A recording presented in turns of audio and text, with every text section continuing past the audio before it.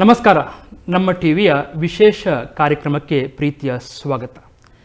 2010 ಜನವರಿಯಲ್ಲಿ ಆಗಿನ ಗೃಹ ಸಚಿವರಾಗಿದ್ದಂತಹ ಡಾಕ್ಟರ್ VS ಆಚಾರ್ಯ ಅವರು ಮಂಗಳೂರಿನಲ್ಲಿ ಪೊಲೀಸ್ ಕಮಿಷನರೇಟ್ ಸ್ಥಾಪಿಸ್ತಾರೆ. ಮೊದಲ ಕಮಿಷನರ್ ಆಗಿ ಸೀಮಂತ್ ಕುಮಾರ್ ಸಿಂಗ್ ಅವರು ಅಧಿಕಾರವನ್ನು ಸ್ವೀಕರಿಸ್ತಾರೆ. ಅದರ ನಂತರ 13 ವರ್ಷಗಳು ನಡೆದು ಹೋಗಿದೆ. ಮಂಗಳೂರಿನಲ್ಲಿ ಅನೇಕ ರೀತಿಯಲ್ಲಿ ಸವಾಲುಗಳು ಇದ್ದವು ಮತ್ತು ಈಗಲೂ ಇದೆ.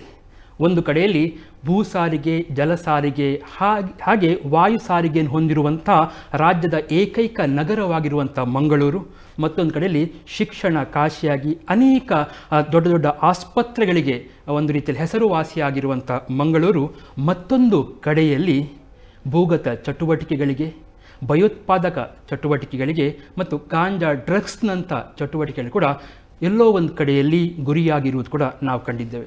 ಆದ್ದರಿಂದ ಮಂಗಳೂರಿಗೆ ಬರುವಂತಹ, ಇಲ್ಲಿ ಜವಾಬ್ದಾರಿಯನ್ನು ಸ್ವೀಕರಿಸುವಂಥ ಪ್ರತಿಯೊಬ್ಬ ಪೊಲೀಸ್ ಕಮಿಷನರರ ಮುಂದೆ ಸಾಕಷ್ಟು ರೀತಿಯಲ್ಲಿ ಈ ಸವಾಲುಗಳು ಇದೆ. ಅಂಥ ಎಲ್ಲ ಸವಾಲುಗಳನ್ನು ದಿಟ್ಟವಾಗಿ ಎದುರಿಸಿ ಸಾರ್ಥಕ 2 ವರ್ಷಗಳನ್ನು ಮುಗಿಸಿರುವಂತಹ ನಮ್ಮೆಲ್ಲರ ನೆಚ್ಚಿನ ಜನಸಾಮಾನ್ಯರ ಪೊಲೀಸ್ ಕಮಿಷನರ್ ಎಂದೇ ಖ್ಯಾತರಾಗಿರುವಂಥ N.Shashi Kumkar ಅವರು ಇವತ್ತು ನಮ್ಮೊಂದಿಗೆ ನಮ್ಮ ಸ್ಟುಡಿಯೋದಲ್ಲಿದ್ದಾರೆ. ನಾನು ಕಾರ್ಯಕ್ರಮಕ್ಕೆ ಅವರನ್ನು ಪ್ರೀತಿಯಿಂದ ಸ್ವಾಗತಿಸ್ತೇನೆ. ನಮಸ್ಕಾರ ಸರ್. ನಮಸ್ಕಾರ ಸರ್. 2 ವರ್ಷ ಆಯಿತು. ನೀವು 2021 ಜನವರಿಯಲ್ಲಿ ನೀವು ಅಧಿಕಾರವನ್ನು ಸ್ವೀಕರಿಸಿದರು. ಸೊ ಕೋವಿಡ್ನ 2ನೇ ಅಲೆಯಿಂದ ಶುರುವಾದದ್ದು ಮೊನ್ನೆ ಜಲೀಲ್ ಮರ್ಡರ್ ಕೇಸ್ ತನಕ ನಿಮ್ಮ ಮುಂದೆ ಇದ್ದಂಥ ಸವಾಲುಗಳು ನಿತ್ಯವೂ ಕೂಡ ಬೇರೆ ಬೇರೆ ಆಗಿತ್ತು. ಒಂದು ಕಡೆಯಲ್ಲಿ ಭಯೋತ್ಪಾದಕ ಚಟುವಟಿಕೆಗಳು ಆಗಿದ್ದವು, ಮತ್ತೊಂದು ಕಡೆಯಲ್ಲಿ ಆಗಾಗ ಕೋಮು ಸೆನ್ಸಿಟಿವ್ ಆಗಿರುವಂಥ ನಗರ. ಓವರಾಲ್ ಆಗಿ ಮೊದಲಿಗೆ ಮಂಗಳೂರಿಗೆ ಬರುವಾಗ ನಿಮ್ಮ ಮುಂದಿದ್ದಂಥ ಒಂದು ಕಲ್ಪನೆ ಹೇಗಿತ್ತು ಸರ್? ಇಲ್ಲ, ಮಂಗಳೂರು ಅಂದ ತಕ್ಷಣ ನಾವು ಹಿಂದೆ ಹಲವಾರು ಬಾರಿ ವಿಸಿಟ್ ಮಾಡಿರುವಂಥ ಜಾಗ ಇದು. ನಾನು ಹಿಂದೆ ಕೂಡ ಸುಮಾರು ಸಂದರ್ಭಗಳಲ್ಲಿ ಹೇಳಿದ್ದೀನಿ. 2012-13ರಲ್ಲಿ ನಾನು ಚಿಕ್ಕಮಗಳೂರು SP ಆಗಿ ಕೆಲಸ ಮಾಡ್ತಿದ್ದಂಥ ಸಂದರ್ಭದಲ್ಲಿ ಇಲ್ಲಿ ರೇಂಜ್ ಲೆವೆಲ್ ಮೀಟಿಂಗಿಗೆ ಬರ್ತಾಯಿದ್ದೆ. ಸೊ ಆ ದಿನಗಳಿಂದನೇ ನನಗೆ ಮಂಗಳೂರಲ್ಲಿ ಒಮ್ಮೆ ಅವಕಾಶ ಸಿಕ್ಕರೆ ಕೆಲಸ ಮಾಡಬೇಕು ಅನ್ನೋ ಆಸೆ ಅಂತೂ ಖಂಡಿತ ಇತ್ತು. ಆ ನಂತರದಲ್ಲಿ ನಾವು ಬಾಲ್ಯದ ದಿನಗಳಿಂದನೂ ನಮ್ಮ ಒಂದು ರೂಟೀನಾಗಿ ಓಡಾಡ್ತಿದ್ದಂಥ ಜಾಗ, ಯಾವುದೇ ಒಂದು ರಜಾ ಇರಲಿ ಅಥವಾ ಟೂರ್ಗಳಲ್ಲಿ ಕ್ಲಾಸ್ಗಳಲ್ಲಿ ಅರೇಂಜ್ ಮಾಡೋ ಟೂರ್ ಇರಲಿ ಅಥವಾ ಫ್ಯಾಮಿಲಿ ಟೂರ್ಸ್ ಇರಲಿ, ನಮ್ಮದು ಕಾಮನ್ ರೂಟ್ ಅಂತಂದರೆ ಧರ್ಮಸ್ಥಳ, ಮಂಗಳೂರು, ಆಮೇಲೆ ಮಲ್ಪೆ, ಉಡುಪಿ, ವಾಪಸ್ ಶೃಂಗೇರಿ, ಹೊರನಾಡು, ಬಾಳೆಹೊನ್ನೂರಿಂದ ಮತ್ತು ವಾಪಸ್ ಹೋಗುವಂಥದ್ದು. ಚಿತ್ರದುರ್ಗಕ್ಕೆ ಬಿಲಾಂಗ್ ಆಗ್ತೀನಿ ನಾನು. ಸೊ ಹಂಗಾಗಿ ಮಂಗಳೂರು ಅಂತಂದರೆ ಒಂದು ಆಸಕ್ತಿ, ಕ್ಯೂರಿಯಾಸಿಟಿ ಯಾವಾಗಲೂ ಇದ್ದದ್ದೇ. ಮಂಗಳೂರಿಗೆ ಪೋಸ್ಟಿಂಗ್ ಆಗುತ್ತೆ, ನಾನು ಮಂಗಳೂರು ಪೊಲೀಸ್ ಕಮಿಷನರಾಗಿ ಬರ್ತೀನಿ ಅನ್ನೋವಂಥದ್ದು ನನಗೆ ತಿಳಿದು ಬಂದಾಗ ತುಂಬ ಒಂದು ಖುಷಿ ಆಯಿತು. ಯಾಕೆಂದರೆ DIG ರ್ಯಾಂಕಿಗೆ ಪ್ರಮೋಷನ್ ಆದ ತಕ್ಷಣ ನನಗೆ ಒಂದು ಮಂಗಳೂರು ಪೊಲೀಸ್ ಕಮಿಷನರ್ ಅಂತ ಒಂದು ಚಾಲೆಂಜಿಂಗ್ ಪೋಸ್ಟ್ ನನಗೆ ಅವಕಾಶ ಸಿಗ್ತಾ ಇದೆಯಲ್ಲ ಅಂತ ತುಂಬ ಖುಷಿ ಆಯಿತು. ಬಂದಂಥ ಸಂದರ್ಭದಲ್ಲಿ ಸ್ವಲ್ಪ ಹಿಂಜರಿಕೆ ಕೂಡ ಇತ್ತು. ಒಂದು ಸ್ಮಾಲ್ ಫಿಯರ್ ಇತ್ತು, ಒಂದು ಚಿಕ್ಕ ಮಟ್ಟದ ಭಯ. ಏನಂದರೆ ಇದು ತುಂಬ ಚಾಲೆಂಜಿಂಗ್ ಜಾಗ, ಇಲ್ಲಿ ನಾವು ಎಷ್ಟು ಯಶಸ್ವಿಯಾಗಿ ನಾವು ಕೆಲಸ ಮಾಡ್ಬೋದು ಅನ್ನೋಂಥದ್ದು. ಮತ್ತು ಮಂಗಳೂರಿಗರು ತುಂಬ ಬುದ್ಧಿವಂತರು, ಇವ್ರ ನಡುವೆ ನಾವು ಕೆಲಸ ಮಾಡೋಂಥ ಸಂದರ್ಭದಲ್ಲಿ ಏನಾದರೂ ಮಿಸ್ಟೇಕ್ಸ್ ಆದಂಥ ಸಂದರ್ಭದಲ್ಲಿ ಭಾಳ ದೊಡ್ಡ ಮಟ್ಟದಲ್ಲಿ ನಮಗೇನಾದರೂ ಹಿನ್ನಡೆ ಆಗುತ್ತಾ, ಈ ಥರ ಎಲ್ಲ ಸ್ವಲ್ಪ ಆತಂಕ ಅಂತ ಹೇಳ್ಬೋದು. ಭಯ ಅನ್ನೋದಕ್ಕಿಂತ ಆತಂಕ ಅನ್ನೋಂಥದ್ದು ಹೇಳ್ಬೋದು. ಅದು ಕೂಡ ಇದ್ದದ್ದು ಸತ್ಯ. ಆದರೆ ನಾನು ಈ 2 ವರ್ಷಗಳಲ್ಲಿ ಇಲ್ಲಿ ನೋಡಿದಂತಹ ವಾತಾವರಣ, ಇಲ್ಲಿ ನೋಡಿದಂತಹ ಜನರ ರೆಸ್ಪಾನ್ಸು, ಇಲ್ಲಿ ನಡೆದಂತಹ ಚಾಲೆಂಜಸ್ಸು, ಸೊ ಇದೆಲ್ಲದರ ನಡುವೆ ಒಂದು ಮೋಸ್ಟ್ ಮೆಮೊರಬಲ್ ಕರಿಯರ್ ಎಕ್ಸ್ಪೀರಿಯನ್ಸು ಮಂಗಳೂರಲ್ಲಾಗಿದೆ ಅಂತ ನಾನು ಹೇಳಲಿಕ್ಕೆ ಇಷ್ಟಪಡ್ತೇನೆ. ಸರ್, ತಾವು ಚಿಕ್ಕಮಗಳೂರು SP ಆಗಿದ್ರಿ, ಕಲಬುರಗಿ SP ಕೂಡ ಆಗಿದ್ರಿ, ಬೆಂಗಳೂರಿನಲ್ಲಿ DCP ಕೂಡ ಆಗಿದ್ದವರು. ಸೊ ಎಲ್ಲ ಕಡೆಯಲ್ಲಿ ಕೂಡ ನೋಡುವಾಗ ಕೂಡ ಮಂಗಳೂರು ನೋಡುವಾಗ ಸೊ ಆ್ಯಸ್ ಎ ಕಮಿಷನರ್ ಆಗಿ ಏನಾದರೂ ನಿಮಗೆ ಇಲ್ಲಿ ವ್ಯತ್ಯಾಸ ಕಾಣ್ತದೆ ಸರ್? ನಾವು ಈ ಟೂರಿಸಮ್ ಅಡ್ವರ್ಟೈಸ್ಮೆಂಟ್ಸಲ್ಲಿ ಕೆಲವು ಕಡೆ ನೋಡಿದ್ದೀವಿ, 1 state many world's, 1 country many world's ಅಂತೆಲ್ಲ. ಸೊ ಆ ಥರ ನಮ್ಮ ಕರ್ನಾಟಕ ಪ್ರತಿಯೊಂದು 30-40 ಕಿಲೋಮೀಟ್ರಿಗೂ ವೈವಿಧ್ಯತೆ ಬದಲಾಗ್ತಾ ಹೋಗುತ್ತೆ. ಈಗ ಮಂಗಳೂರಲ್ಲಿರೋವಂಥ ವಾತಾವರಣ ಮೂಡುಬಿದ್ರಲ್ಲಿಲ್ಲ, ಮೂಡುಬಿದ್ರಲ್ಲಿರುವಂಥದ್ದು ಈ ಕಡೆ ಕಾರ್ಕಳದಲ್ಲಿಲ್ಲ, ಕಾರ್ಕಳದಲ್ಲಿರೋದು ಆ ಕಡೆ ಶೃಂಗೇರಿಲಿಲ್ಲ.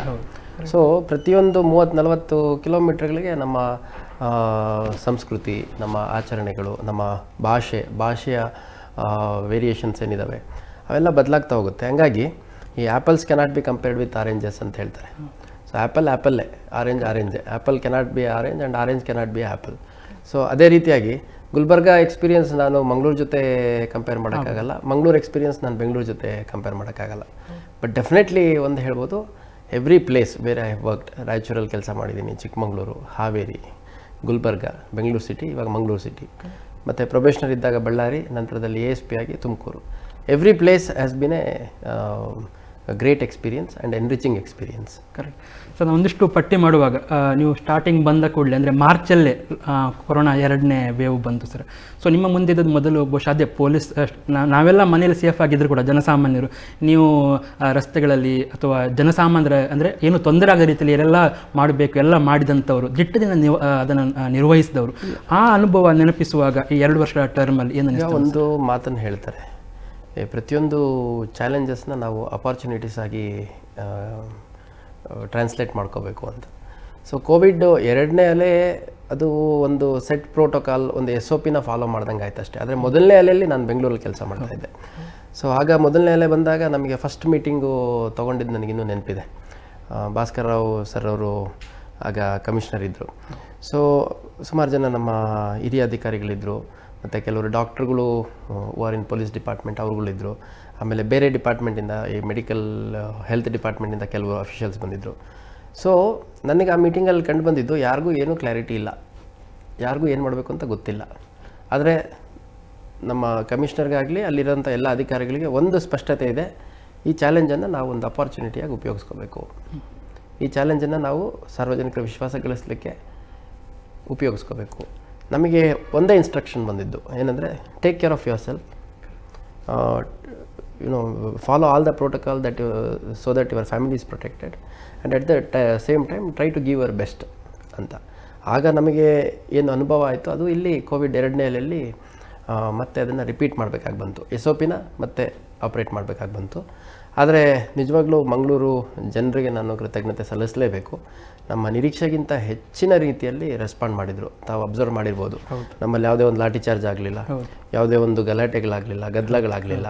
ಅಂಥ ಸಿಟಿ ಮಾರ್ಕೆಟಲ್ಲಿ ತರಕಾರಿ ತರೋಕೆ ಹೋಗೋವಂಥ ಸಂದರ್ಭದಲ್ಲೂ ಗಲಾಟೆ ಆಗಲಿಲ್ಲ. ಚೆಕ್ ಪೋಸ್ಟಲ್ಲಿ ನಮ್ಮ ಪೊಲೀಸರು ಕೆಲಸ ಮಾಡೋ ಟೈಮಲ್ಲೂ ಎಲ್ಲೂ ಒಂದು ಕಿರಿಕಿರಿ ಕೂಡ ಆಗಲಿಲ್ಲ. ಅದು ನಿಮ್ಮ ಗೈಡ್ಲೈನ್ಸ್ ಆಗಿತ್ತು ಸರ್. ನೀವು ಅವರಿಗೆ ಹೇಳಿದ ರೀತಿ ಅವರು ಫ್ರೆಂಡ್ಲಿಯಾಗಿ ವರ್ತಿಸಿದ್ದು ಬಹುಶಃ ನೀವಿದ್ದ ಕಾರಣ ಅಥವಾ ನೀವು ಆ್ಯಸ್ ಎ ಕಮಿಷನರ್ ಆಗಿ ನೀವು ಇದ್ದ ಕಾರಣ ಸುಲಭ ಆಯಿತು ಅಂತೇಳಿ ಪೊಲೀಸರು ಕೂಡ, ಅಂದರೆ ಮೇಲೆ ರಾಜ್ಯ ಸರಿ ಇದ್ದರೆ ಕೆಳಗಿದ್ದವರು ಸೇನಾಧಿಪತಿಗಳು ಅಥವಾ ಸೈನಿಕರು ಕರೆಕ್ಟ್ ಆಗಿರ್ತಾರೆ. ಇಲ್ಲ, ಅದು ಮೋಸ್ಟ್ಲಿ ತಾವು ಹೇಳೋ ಮಾತು ಸರಿ, ಆದರೆ ನನಗೆ ಅನ್ವಯ ನಾನು ಮಾಡ್ಕೊಳೋಂಥದ್ದು ಅಷ್ಟು ಸೂಕ್ತ ಅಲ್ಲ. ಯಾಕಂದರೆ ಎಲ್ಲ ಸಂದರ್ಭದಲ್ಲೂ ಯಾರೇ ಅಧಿಕಾರಿ ಇರಲಿ, ಗೈಡ್ಲೈನ್ಸ್ ಎಲ್ಲರಿಗೂ ಕಾಮನ್ ಆಗೇ ಬರುತ್ತೆ. ಅದನ್ನು ಕಮ್ಯುನಿಕೇಟ್ ಮಾಡೋವಂಥದ್ದು with full responsibility, everybody will do it. So probably ಇವಾಗ ಪ್ರತಿಯೊಬ್ಬ ವ್ಯಕ್ತಿದು ಕೆಲವು USP ಅಂತ ಏನಂತೀವಿ, ಆ ಥರದ್ದು ನಾನು ಸ್ವಲ್ಪ ಜನರಿಗೆ ಹತ್ತಿರವಾಗೋ ರೀತಿಯಲ್ಲಿ ಮಾತನಾಡುವಂಥದ್ದು ನನ್ನ USP ಇರ್ಬೋದು. ಅದರದ್ದು ಒಂದು 5-10% ಕಾಂಟ್ರಿಬ್ಯೂಷನ್ ಅಡಿಷ್ನಲಿ ಇರ್ಬೋದು. ಬಿಟ್ಟರೆ ನೋಡಿದ್ದು ಜನರಿಗೆ ಎಲ್ಲಿವರೆಗೂ ಮನಸ್ಸು ಬರಲ್ಲ, ಯಾರು ಹೇಳಿದ್ರು ಕೇಳ್ತಾರೆ. ಇವಾಗ ನೀವು ಹೇಳಿ, ಯಾರು ಎಷ್ಟೋ ಸಂದರ್ಭದಲ್ಲಿ ಮುಖ್ಯಮಂತ್ರಿಗಳು, ಪ್ರಧಾನಮಂತ್ರಿಗಳು, ಜಿಲ್ಲಾಧಿಕಾರಿಗಳು ಹೇಳಿದ್ದನ್ನೇ 100% ಫಾಲೋ ಮಾಡಲ್ಲ. ಹಂಗಂತದ್ರಲ್ಲಿ ನಾನು ಹೇಳಿದ್ರೆ ಫಾಲೋ ಮಾಡಿದ್ದಾರೆ ಅನ್ನೋಂಥ ತಪ್ಪಾಗುತ್ತೆ. ಹೇಳುವ ಶೈಲಿ ಜನರಿಗೆ ಈ ಕೋವಿಡಿಂದ ಏನು ನಡೀತಾ ಇದೆ, ಇದರ ದುಷ್ಪರಿಣಾಮ ಏನು, ನಮಗೆ ಯಾವ ರೀತಿ ಇದು ಕುತ್ತಿಗೆ ಬರುತ್ತೆ ಅನ್ನೋಂಥದ್ದು ರಿಯಲೈಸ್ ಆಯಿತು. ಪರ್ಟಿಕ್ಯುಲರ್ಲಿ ನಮ್ಮ ಮಂಗಳೂರಲ್ಲಿ ಅಷ್ಟು ಹೀಟ್ ಫೀಲ್ ಆಗಲಿಲ್ಲ, ಯಾಕಂದರೆ ತುಂಬ ಹಾಸ್ಪಿಟಲ್ಸ್ ಇದೆ, ತುಂಬ ಮೆಡಿಕಲ್ ಕಾಲೇಜಸ್ ಇದೆ. ಆಮೇಲೆ ಇಲ್ಲಿದೊಂಥರ ಈ ಮೆಡಿಕಲ್ ಹಬ್ಬು, ಮತ್ತು always we had in surplus. ಈ ಡೆಫಿಷಿಯನ್ಸಿ ಇದ್ದಂಥ ಪ್ಲೇಸ್ಗಳಲ್ಲಿ, ಪರ್ಟಿಕ್ಯುಲರ್ ಬೆಂಗಳೂರಲ್ಲಿ ಈ ಚಲನಚಿತ್ರ ನಟ ನಟಿಯರಿಗೆ ಟ್ರೀಟ್ಮೆಂಟಿಗೆ ಅವಕಾಶ ಸಿಗ್ತಾ ಇಲ್ಲ. ಅವ್ರ ಕುಟುಂಬದವರು ತೀರ್ಕೊಂಡಾಗ ಎಂಥದ್ದು ಬಾಡಿ ಹ್ಯಾಂಡ್ ಓವರ್ ಆಗ್ತಾ ಇಲ್ಲ, ಕ್ರಿಮೇಷನ್ ಮಾಡಲಿಕ್ಕೆ ಸಮಯ ಸಿಗ್ತಾ ಇಲ್ಲ. ಈ ಥರದ್ದೆಲ್ಲ ಏನೊಂದು ಅಘೋರ ವಾತಾವರಣ ಇತ್ತು, ಒಂಥರ scary atmosphere. That probably prompted people to follow the guidelines better. Sir, ಇನ್ನೊಂದು ನಾವು ನೋಡಿದ ಪ್ರಕಾರ 2 ವರ್ಷಗಳಲ್ಲಿ NIA ಅವರು ಅಲ್ಲಿಂದ ನ್ಯಾಷನಲ್ ಏಜೆನ್ಸಿ ಅವರು ಬಂದು ಇಲ್ಲಿ ಕೆಲವರನ್ನೆಲ್ಲ ಅರೆಸ್ಟ್ ಮಾಡಿಕೊಂಡು ಅಥವಾ ಎನ್ಕ್ವೈರಿ ಮಾಡಿದ್ದು, ವಿಚಾರಣೆ ಮಾಡಿದ್ದು, 2 ವರ್ಷಗಳಲ್ಲಿ ನಡೆದಂಥ ಮತ್ತೊಂದು ಚಟುವಟಿಕೆ ಅಂತ ಹೇಳಿದ್ರೆ, ಬೇರೆಯವರಿಗೆ ಕೂಡ ಅಲ್ಲಿ ರೇಡ್ ಆಯ್ತಂತೆ ಮಂಗಳೂರಿನಲ್ಲಿ, NIA ಬಂದ್ರಂತೆ, ಹಾಗೆಲ್ಲ ಆಗಿತ್ತು. ಸೊ ಭಯೋತ್ಪಾದಕರ ಒಂದು ಸ್ಲೀಪರ್ ಸೆಲ್ ಇರುವಂಥ ಒಂದು ಪ್ರದೇಶ ಅಂತ ಕೂಡ ಒಂದು ಕರೆಯಲಾಗ್ತಾ ಇತ್ತು. ಸೊ ಅಂಥ ಒಂದು ಪರಿಸ್ಥಿತಿಯನ್ನು ನೀವು ಹೇಗೆ ಹ್ಯಾಂಡಲ್ ಮಾಡಿದ್ರಿ ಮತ್ತು ಹೇಗೆ ಅದನ್ನು ಯಶಸ್ವಿಯಾಗಿ ನಿರ್ವಹಿಸಲು ಸಾಧ್ಯವಾಯಿತು ಅಂತ? ಇಲ್ಲ ನೋಡಿ, ಇವಾಗ NIA ನ್ಯಾಷನಲ್ ಇನ್ವೆಸ್ಟಿಗೇಷನ್ ಏಜೆನ್ಸಿ ಏನಿದೆ ಅದರದ್ದೇ ಆದಂಥ ಮ್ಯಾಂಡೇಟ್ ಇದೆ. ಡೈಲಿ ಇಲ್ಲಿ ನಡೆಯೋ ಒಂದು ಮರ್ಡರ್ ಕೇಸು ಅಥವಾ ಯಾವುದೋ ಒಂದು ಅಸಾಲ್ಟ್ ಕೇಸು ಅಥವಾ ಯಾವುದೋ ಒಂದು ರಾಬ್ರಿ ಕೇಸು ತೊಗೊಳೋದಿಲ್ಲ. NIA is having its mandate to look into. So ಆ ಪ್ರಕಾರ ತಾವು ಹೇಳ್ದಂಗೆ ಉಳ್ಳಾಳ ಭಾಗದಲ್ಲಿ ಒಬ್ಬ ಯುವಕನನ್ನು ಮತ್ತು ಒಬ್ಬ ಮಹಿಳೆಯನ್ನು ಇಬ್ಬರನ್ನು ಅರೆಸ್ಟ್ ಮಾಡಿದ್ದು. ಆ ಅರೆಸ್ಟ್ ಮಾಡೋ ಪ್ರೋಸೆಸ್ಸಲ್ಲಿ ನಾವು ಕೂಡ ಕೋಆರ್ಡಿನೇಟ್ ಮಾಡಿದ್ದು. That was a first incident. So ಅದಾದಮೇಲೆ ಮತ್ತೊಮ್ಮೆ ಈ ನಮ್ಮ ಕುಕ್ಕರ್ ಬ್ಲಾಸ್ಟ್ ಕೇಸ್ ಆದಂಥ ಸಂದರ್ಭದಲ್ಲಿ ಅದನ್ನು NIA ಟೇಕ್ ಓವರ್ ಮಾಡಿದ್ದಾರೆ. ಸೊ ಡೆಫಿನೆಟ್ಲಿ ಇವಾಗ ನಾವು ಒಂದು ಸ್ಟೇಟ್ ಪೊಲೀಸಿಗೆ ಬಿಲಾಂಗ್ ಆಗಿದ್ದಾಗ NIA ಅಂತ ಸಂಸ್ಥೆ ಬಂದು ನಮ್ಮ ಸಹಕಾರವನ್ನು ಕೇಳಿದಂಥ ಸಂದರ್ಭದಲ್ಲಿರ್ಬೋದು ಅಥವಾ ನಮ್ಮ ಕೇಸ್ಗಳನ್ನ ಕೈಗೆತ್ತಿಕೊಂಡಂಥ ಸಂದರ್ಭದಲ್ಲಿ ನಮ್ಮ ಕಡೆಯಿಂದ ಏನು ಮಾಡಬೇಕು ಅನ್ನೋಂಥದ್ದು it is a very clearly defined direction. ಅದನ್ನು ನಾವು ಫಾಲೋ ಮಾಡಬೇಕಷ್ಟೇ. ಬಟ್ ತಾವು ಹೇಳ್ದಂಗೆ ಎಲ್ಲೋ ಒಂದು ಉಗ್ರರ ಅಡಗುತಾಣ ಆಗಿದೆಯಾ ಅನ್ನೋವಂಥ ಪ್ರಶ್ನೆ ಬಂದಾಗ ಅಷ್ಟು ಡೆಫಿನೆಟ್ಲಿ ಆತಂಕ ಪಡುವಂಥ ವಾತಾವರಣ ಇಲ್ಲ. ಭಾಳ ಸ್ಪಷ್ಟವಾಗಿ ಹೇಳಲಿಕ್ಕೆ ಇಷ್ಟಪಡ್ತೇನೆ. Isolated incidents cannot be taken as examples to paint a bad picture about the place. Dakshina Kannada ಇವತ್ತಿಗೂ ಒಂದು ಸಾಂಸ್ಕೃತಿಕ ವೈವಿಧ್ಯತೆಯಲ್ಲಿ ಅತ್ಯಂತ ಉತ್ಕೃಷ್ಟವಾಗಿರುವಂಥ ಜಾಗ. ಇಲ್ಲಿ ಎಲ್ಲ ಜಾತಿ ಧರ್ಮದವರು ಅತ್ಯಂತ ಅನ್ಯೋನ್ಯತೆಯಿಂದ ಬಾಳ್ತಾ ಇದ್ದಾರೆ ಮತ್ತು ಧಾರ್ಮಿಕವಾಗಿ ಬಹಳ ಒಂದು ಶ್ರೇಷ್ಠ ಹಿನ್ನೆಲೆ ಇರುವಂಥ ಜಾಗ. ಇವತ್ತಿಲ್ಲಿ ನಮ್ಮ ಭಾಗದಲ್ಲಿರುವಂಥ ದಕ್ಷಿಣ ಕನ್ನಡ ಜಿಲ್ಲೆಯಲ್ಲಿರುವಂಥ ಧರ್ಮಸ್ಥಳ ಇರ್ಬೋದು, ಕುಕ್ಕೆ ಸುಬ್ರಹ್ಮಣ್ಯ ಇರ್ಬೋದು, ದುರ್ಗಾ ಪರಮೇಶ್ವರಿ ಕಟೀಲ್ ಇರ್ಬೋದು, ಕದ್ರಿ ಮಂಜುನಾಥ, ಕುದುರೆಹುಳಿ ದೇವಸ್ಥಾನಗಳು, ಅದೇ ರೀತಿ ನಮ್ಮ ಉಳ್ಳಾಳ ಭಾಗದಲ್ಲಿರುವಂಥ ಮಸೀದಿಗಳಿರ್ಬೋದು, ನಮ್ಮ ಮಂಗಳೂರಲ್ಲಿರುವಂಥ ಕೆಲವು ಚರ್ಚ್ಗಳಿರ್ಬೋದು, ಮೂಡುಬಿದ್ರೆ ಜೈನ ಬಸದಿ ಇರ್ಬೋದು, ಇವೆಲ್ಲ ಅಂತಾರಾಷ್ಟ್ರೀಯ ಮಟ್ಟದಲ್ಲಿ ಮತ್ತು ಅಂತಾರಾಷ್ಟ್ರೀಯ ಆಕರ್ಷಣೀಯ ಜಾಗಗಳಾಗಿ ಮತ್ತು ಆ ಧರ್ಮದ ಬಿಲೀಫ್ ಇರೋವಂಥವ್ರು ಬಂದು ಶ್ರದ್ಧಾಭಕ್ತಿಯಿಂದ ಹೋಗುವಂಥ ಸ್ಥಳಗಳು. So one isolated incident of NIA raid should not paint a bad picture about the district. ಅಂದರೆ ನಗರದ ಮಧ್ಯಭಾಗದಲ್ಲಿ ಒಬ್ಬ ಗೋಡೆಯಲ್ಲಿ ಬರೆದು ಚಾಲೆಂಜ್ ಮಾಡ್ತಾನೆ, ಪೊಲೀಸರಿಗಿರ್ಬೋದು ಜನಸಾಮಾನ್ಯರಿರ್ಬೋದು, ಏನೋ ಮಾಡ್ತೇವೆ ನಾವು ಅಂತೇಳಿ. ಆತನೇ ನಂತರ ಕುಕ್ಕರ್ ಬಾಂಬಲ್ಲಿ ಸಿಕ್ಕಿ ಬೀಳ್ತಾನೆ. ಸೊ ಅದೆಲ್ಲ ನಿಮಗೆ ನೋಡುವಾಗ ಎಲ್ಲೋ ಯಾರೋ ಪ್ಲ್ಯಾನ್ ಮಾಡ್ತಾ ಇದ್ರೆ ಮಂಗಳೂರು ಮೇಲೆ ಒಂದು ಕೆಟ್ಟ ಕಣ್ಣು ಬಿದ್ದಿದೆ ಅಂತ ಅನಿಸ್ತಾ ಇತ್ತ ಸರ್? ನೋಡಿ, ಈಗ ಮಂಗಳೂರು ಅತ್ಯಂತ ಪ್ರಮುಖ ನಗರ ಕರ್ನಾಟಕದಲ್ಲಿ. ಬೆಂಗಳೂರು ಅಂತ ಬಂದ ಮೇಲೆ ನಂತರ ಬೇರೆ ಬೇರೆ ಕಾರಣಕ್ಕೆ ಬೇರೆ ಬೇರೆ ಊರುಗಳು ಹೆಸರು ತೊಗೊತವೆ. ತಾವು ಪ್ರಾರಂಭದಲ್ಲಿ ತುಂಬ ಚೆನ್ನಾಗಿ ಹೇಳಿದ್ರಿ. ಅದು ಮೋಸ್ಟ್ಲಿ ನಾನು ಬೇರೆ ಎಲ್ಲಾದರೂ ಮಾತಾಡ್ಬೇಕಾದ್ರೆ ಉಪಯೋಗಿಸ್ತೀನಿ. Land, water and air connectivity ಇರುವಂಥ ಕರ್ನಾಟಕದಲ್ಲಿರುವಂಥ ಏಕೈಕ ಜಾಗ ಅಂತಂದರೆ ಅದು ಮಂಗಳೂರು ಅಂತ. That's beautifully conceptualised actually. ಅದೇ ರೀತಿ ಮೈಸೂರು ಅಂದರೆ ಒಂದು ಸಾಂಸ್ಕೃತಿಕ ನಗರಿ. ದಸರಾ, ಮೈಸೂರು ದಸರಾ ಬಂದಂಥ ಸಂದರ್ಭದಲ್ಲಿ ಇಡೀ ವಿಶ್ವ ನಮ್ಮ ಕರ್ನಾಟಕದ ಕಡೆ ನೋಡುತ್ತೆ, ನಮ್ಮ ದೇಶದ ಕಡೆ ನೋಡುತ್ತೆ, ಮೈಸೂರು ಕಡೆ ನೋಡುತ್ತೆ. ಸೊ ಅದೇ ರೀತಿ ಹುಬ್ಳಿಗೆ ಅದರದೇ ಆದಂಥ ಪ್ರಾಧಾನ್ಯತೆ ಇದೆ, ಬೆಳಗಾಂಗೆ ಅದರದೇ ಆದಂಥ ಪ್ರಾಧಾನ್ಯತೆ ಇದೆ, ದಾವಣಗೆರೆಗೆ ಅದರದೇ ಆದಂಥ ಪ್ರಾಧಾನ್ಯತೆ ಇದೆ. ಬಟ್ ಡೆಫಿನೆಟ್ಲಿ ಮಂಗಳೂರು ಒಂದು ಇಂಟರ್ನ್ಯಾಷನಲ್ ಸಿಟಿ. ನಾನು ಎಲ್ಲ ಸಂದರ್ಭದಲ್ಲಿ ಹೇಳ್ತೀನಿ, ಬೆಂಗಳೂರು ಹೊರತುಪಡಿಸಿದರೆ ಮೋಸ್ಟ್ಲಿ ಮಂಗಳೂರಿಗರು ಇಲ್ಲದಿರುವಂಥ ಬೇರೆ ಯಾವುದೇ ಒಂದು ರಾಷ್ಟ್ರ ಇರಲಿಕ್ಕಿಲ್ಲ. ಮಂಗಳೂರಿಗರು ಒಂದು ವ್ಯವಹಾರ ಆಗಲಿ ವಹಿವಾಟಾಗಲಿ ಮಾಡ್ತಾ ಇರುವಂಥ ಯಾವುದೇ ದೇಶ ಮೋಸ್ಟ್ಲಿ ಮಂಗಳೂರಿಗರ ಹೊರತಾಗಿ ಇರಲಿಕ್ಕಿಲ್ಲ ಅಂತ. ಸೊ ಒಂದು ಅಂತಾರಾಷ್ಟ್ರೀಯ ನಗರ ಆಗಿ ಇಷ್ಟೆಲ್ಲ ಎಕ್ಸ್ಪೋಜರ್ ಇರುವಂಥ ಸಿಟಿಯಾಗಿ ಡೆಫಿನೆಟ್ಲಿ ಇಲ್ಲಿ ತಮ್ಮ ಪ್ರಭಾವವನ್ನು ಅಥವಾ ತಮ್ಮ ಪ್ರಾತಿನಿಧ್ಯತ್ವವನ್ನು ಬಯಸುವಂಥದ್ದು ಕೇವಲ ಮೇನ್ ಸ್ಟ್ರೀಮಲ್ಲಿರೋವಂಥವ್ರಿಗಲ್ಲ, ಈ ಅಡ್ಡದಾರಿ ಹಿಡಿದಿರೋರಿಗೂ ಮಂಗಳೂರು ಮುಖ್ಯ ಅಂತ ಅನಿಸುತ್ತೆ. ಬಟ್ ಡೆಫಿನೆಟ್ಲಿ ಸಾರ್ವಜನಿಕರು ಯಾವುದೇ ಒಂದು ಆತಂಕ ಪಡುವಂತಹ ಪರಿಸ್ಥಿತಿ ಅಂತೂ ಖಂಡಿತ ಇಲ್ಲ. ಯಾಕಂದರೆ ಪೊಲೀಸ್ ಇಲಾಖೆ ಇರ್ಬೋದು, ಅದೇ ರೀತಿ ಬೇರೆ ಎಲ್ಲ ಇಲಾಖೆಗಳು ಸೇರಿದಂತೆ ನಮ್ಮಲ್ಲಿ IB ಇರ್ಬೋದು, ಸ್ಟೇಟ್ ಇಂಟೆಲಿಜೆನ್ಸ್ ಇರ್ಬೋದು, ಅದೇ ರೀತಿ ರಾ ಇರ್ಬೋದು, ಎನ್ಫೋರ್ಸ್ಮೆಂಟ್ ಡೈರೆಕ್ಟರೇಟ್ಸ್ ಇರ್ಬೋದು, ಎಲ್ಲ ಒಂದು ಈ ನಗರವನ್ನು ಸೇಫಾಗಿಡಲಿಕ್ಕೆ ತಮ್ಮದೇ ಆದ ರೀತಿಯಲ್ಲಿ ಕಾಂಟ್ರಿಬ್ಯೂಟ್ ಮಾಡ್ತಾ ಇದ್ದಾರೆ. ಹಾಗಾಗಿ ಆತಂಕ ಬೇಡ ಸಾರ್ವಜನಿಕರಲ್ಲಿ, ಬಟ್ ಎಚ್ಚರಿಕೆ ಇರಬೇಕು. ನಾನು ಎಲ್ಲ ಕಡೆ ಹೇಳ್ತೀನಿ, ಆತಂಕ ಪಡೋ ಅವಶ್ಯಕತೆ ಇಲ್ಲ, ಬಟ್ ಡೆಫಿನೆಟ್ಲಿ ಎಚ್ಚರಿಕೆಯಿಂದ ಇರಬೇಕು. ಪಕ್ಕದಲ್ಲಿ ಏನು ನಡೀತಾ ಇದೆ ನನಗೆ ಸಂಬಂಧ ಇಲ್ಲ ಅನ್ನೋಂಥದ್ದು ತಪ್ಪಾಗುತ್ತೆ. ಈ ನೇಬರ್ಹುಡ್ ವಾಚ್ ಸ್ಕೀಮ್ ಅನ್ನೋಂಥದ್ದು ನಮ್ಮ ಪೊಲೀಸ್ ಪರಿಕಲ್ಪನೆಯಲ್ಲಿ ತುಂಬ ಪ್ರಾಧಾನ್ಯತೆ ಹೊಂದಿರುವಂಥ ವಿಷಯ. ಆದರೆ ತಮ್ಮ ಪಕ್ಕದ ಮನೇಲಿ ಏನು ನಡೀತಿದೆ ನಿಮಗೆ ಗೊತ್ತಾಗಬೇಕು. ಈಗ ನಮಗೆ ಕೆಲವು ಸರಿ ತುಂಬ ಬೇಸರ ಆಗುತ್ತೆ, ಯಾರೋ ಹ್ಯಾಂಗ್ ಮಾಡ್ಕೊಂಡು 3 ದಿವಸ ಆಗಿರುತ್ತೆ, ಇವರಿಗೆ ಪಕ್ಕದ ಮನೆಯವ್ರಿಗೂ ಗೊತ್ತಿರೋದಿಲ್ಲ. ಯಾರೋ ಸೂಸೈಡ್ ಮಾಡ್ಕೊಂಡು ಬಾವಿಲಿ ಬಿದ್ದು ಒಂದು 4 ದಿವಸ ಆಗಿರುತ್ತೆ, ಗೊತ್ತಾಗೋದಿಲ್ಲ. ಈ ಪಕ್ಕದ ಓಣಿಲೇ ಯಾರೋ ಒಬ್ಬರು ಏನೋ ಒಂದು ಕೆಟ್ಟ ಕೆಲಸ ಮಾಡ್ತಿರ್ತಾರೆ, ಇವರು ನಮಗೆ ಸಂಬಂಧ ಇಲ್ಲ ಅನ್ನೋ ರೀತಿ ಇರ್ತಾರೆ. ಸೊ ಈ ನೇಬರ್ಹುಡ್ ವಾಚ್ ಏನಿದೆ ಅದು ಇದ್ದಷ್ಟು we can contribute making the city more safe.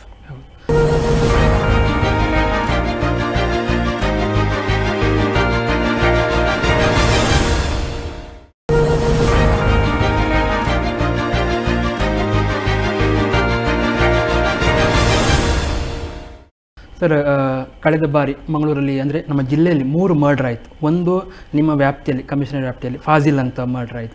ಒಂದಿಷ್ಟು ತುಂಬ ಸೆನ್ಸಿಟಿವ್ ಆದಂಥ ಒಂದು ಟೈಮ್ ಇತ್ತು ಆಗ. ನೀವು ಕೂಡ ಅದನ್ನು ಒಂದು 15 ಡೇಸ್ ಬಹುಶಃ ರಾತ್ರಿ ಬೆಳಗ್ಗೆ ನಿದ್ರೆ ಎಲ್ಲ ಬಿಟ್ಟೆಲ್ಲ ವಾಚ್ ಅಥವಾ ಮಂಗಳೂರನ್ನು ಕಾದಿದ್ದೀರಿ. ನಿಮಗೆ ಅದಕ್ಕೆ ಅಭಿನಂದನೆಗಳು ಸರ್. ಹೇಗೆ ಆ ಪರಿಸ್ಥಿತಿ ಹೇಗಿತ್ತು ಸರ್? ಅಂದರೆ ಪ್ರವೀಣ್ ನಟ್ಟ ನಿಮ್ಮ ವ್ಯಾಪ್ತಿಯಲ್ಲಿ ಇಲ್ಲ, ಅದು ಹೊರಗೆ ನಮ್ಮ ಜಿಲ್ಲೆ ಅಂತ ಹೇಳಿದರೆ ಪೊಲೀಸ್ ಕಮಿಷನರೇಟ್ ಹೊರಗೆ ಮರ್ಡರ್ ಆದದ್ದು. ಮಸೂದ್ ಕೂಡ ಹಾಗೆ. ಆದರೆ ಫಾಜಿಲ್ ಈ ವ್ಯಾಪ್ತಿಯಲ್ಲಿ ನಿಮ್ಮ ವ್ಯಾಪ್ತಿಯಲ್ಲಿ ಬಂತು, ಹೇಗೆ ಹ್ಯಾಂಡಲ್ ಮಾಡಬೇಕಾಯಿತು? ಹಾಂ, ಡೆಫಿನೆಟ್ಲಿ. ಯಾಕೆಂದರೆ ಈಗ ಪ್ರವೀಣ್ ನೆಟ್ಟಾರ್ ಇನ್ಸಿಡೆಂಟ್ ಆದಂಥ ಸಂದರ್ಭದಲ್ಲಿ ಪೋಸ್ಟ್ ಮಾರ್ಟಮ್ಗೆ ಅವ್ರನ್ನ ಮಂಗಳೂರಿಗೆ ತರ್ಬೋದು ಅನ್ನೋಂಥ ಒಂದು ವಿಚಾರ ಡಿಸ್ಕಷನ್ ಆದ ಸಮಯದಿಂದನೂ ನಾನು ಆ ಕೇಸ್ ಜೊತೆ ಅಸೋಸಿಯೇಟೆಡ್ ಇದ್ದೀನಿ. ಇವನ್ ಮಸೂದ್ ಮರ್ಡರ್ ಕೇಸ್ ಆದಾಗೂ ಹಿಂಗಾಯಿತು ಅಂತಂದಾಗ ಅವ್ನ ಅಡ್ಮಿಟ್ ಮಾಡಿದ್ದಿಲ್ಲ ನಮ್ಮಲ್ಲಿ, ಫಸ್ಟ್ ನೀರು ಹಾಸ್ಪಿಟ್ಲಿಗೆ ಅನಿಸುತ್ತೆ.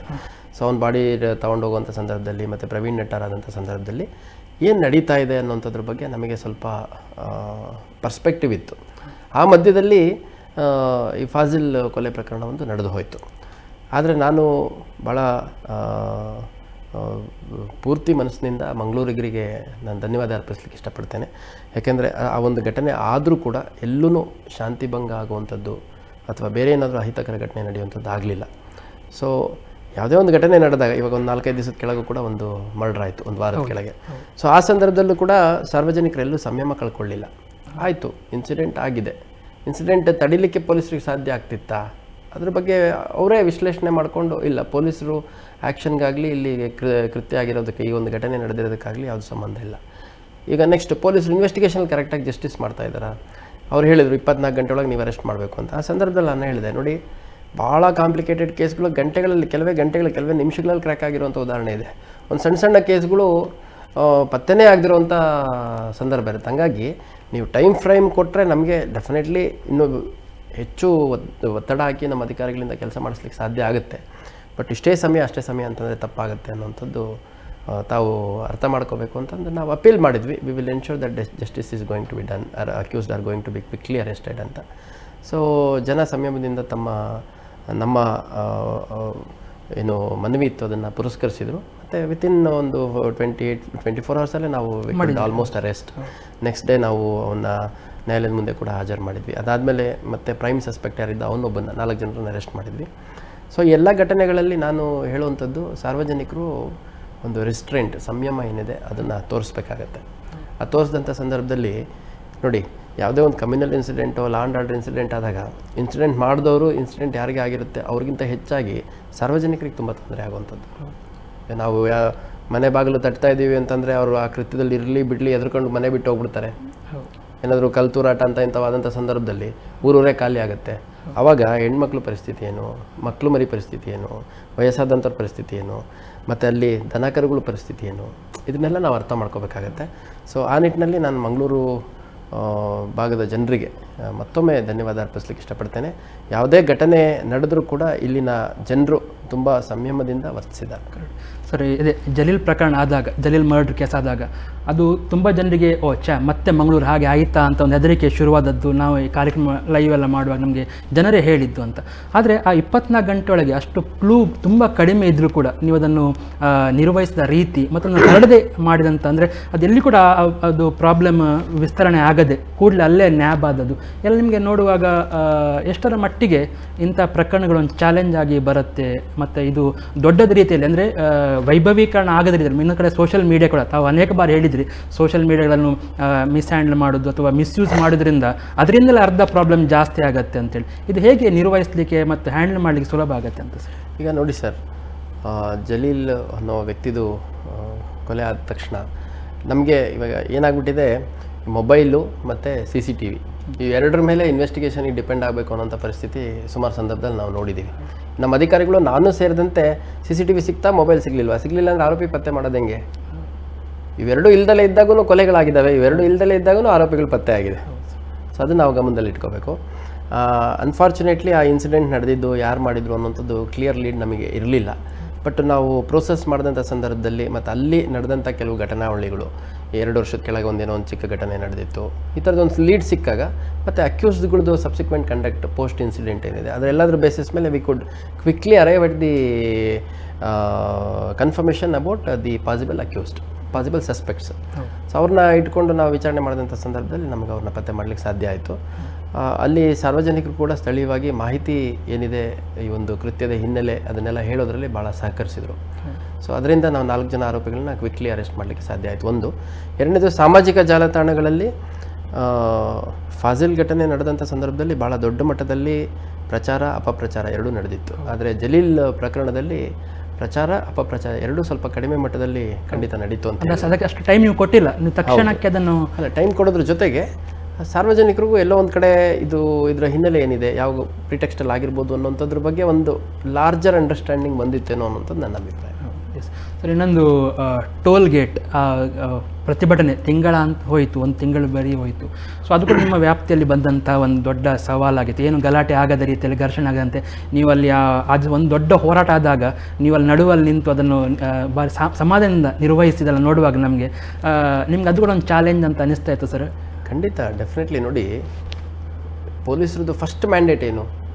ಸಾರ್ವಜನಿಕರ ಆಸ್ತಿಪಾಸ್ತಿ ಸಂರಕ್ಷಣೆ ಮಾಡುವಂಥದ್ದು, ಪ್ರಾಣಮಾನ ಸಂರಕ್ಷಣೆ ಮಾಡುವಂಥದ್ದು ನಮ್ಮ ಫಸ್ಟ್ ಫೋರ್ಮೋಸ್ಟ್ ಮ್ಯಾಂಡೇಟ್ ನಮ್ಮ ಇಲಾಖೆಗಿರುವಂಥದ್ದು. ನಂತರ ಉಳಿದಿದ್ದೆಲ್ಲ. ಸೊ ಹಂಗಾಗಿ ಇದು ಟೋಲ್ ಗೇಟ್ದೇನಿದೆ ಭಾಳಷ್ಟು ದಿನಗಳಿಂದ ನಡೀತಾ ಇದ್ದಂಥ ಇಶ್ಯೂ. ಅವತ್ತು ಕೂಡ ನಾವು ಒಳ್ಳೆ ರೀತಿಯಲ್ಲಿ ಬಂದೋಬಸ್ತೆಲ್ಲ ಮಾಡ್ಕೊಂಡಿದ್ವಿ. ಮತ್ತು ಪಬ್ಲಿಕ್ ಎಂಗೇಜ್ಮೆಂಟ್ ಮಾಡೋವಂಥದ್ದು ಮಾಡಿದ್ವಿ. ಆ ಲೀಡರ್ಸ್ಗಳ ಜೊತೆ ಸಂಪರ್ಕದಲ್ಲಿ ಇದ್ದದ್ದು, ಲೀಡರ್ಸ್ಗಳ ಜೊತೆ ಕೋಆರ್ಡಿನೇಟ್ ಮಾಡಿದ್ದು.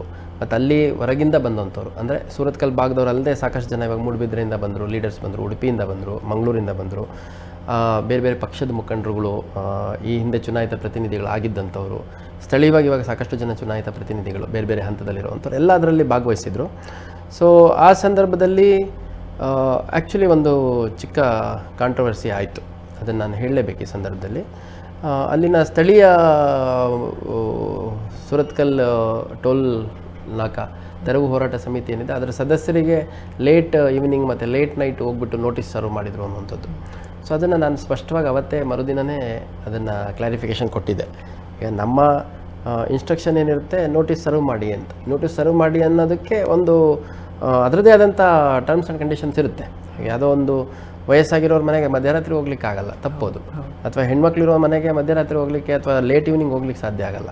ಸೊ ಆ ಒಂದು ಘಟನೆಯಲ್ಲಿ ಏನಾಯಿತು, ಯಾರಿಗೆ ನೋಟಿಸ್ ಸರ್ವ್ ಮಾಡಲಿಕ್ಕೆ ಜವಾಬ್ದಾರಿ ಕೊಟ್ಟಿದ್ರು ಆ ಸಬ್ ಇನ್ಸ್ಪೆಕ್ಟ್ರು ಮತ್ತು ಸಿಬ್ಬಂದಿಗಳು, ಅವರು ಹೋಗಿ ಸರ್ವ್ ಮಾಡ್ತಾ ಮತ್ತು ಫೋನಲ್ಲಿ ಕೋಆರ್ಡಿನೇಟ್ ಮಾಡಿಕೊಂಡು ಬಂದು ವಿಸಿಟ್ ಮಾಡ್ಬೋದಾ, ಇವಾಗ ಕೊಡ್ಬೋದಾ ಅಂತಂದೆಲ್ಲ ಆ ಗೊಂದಲದಲ್ಲಿ ಸ್ವಲ್ಪ ಲೇಟ್ ಅವರ್ಸಲ್ಲಿ ಹೋಗ್ಬಿಟ್ಟು ಸರ್ವ್ ಮಾಡಿದ್ದು ಅದು ನಮ್ಮ ಇಲಾಖೆ ಕಡೆಯಿಂದ ಅನಗತ್ಯ ಇತ್ತು.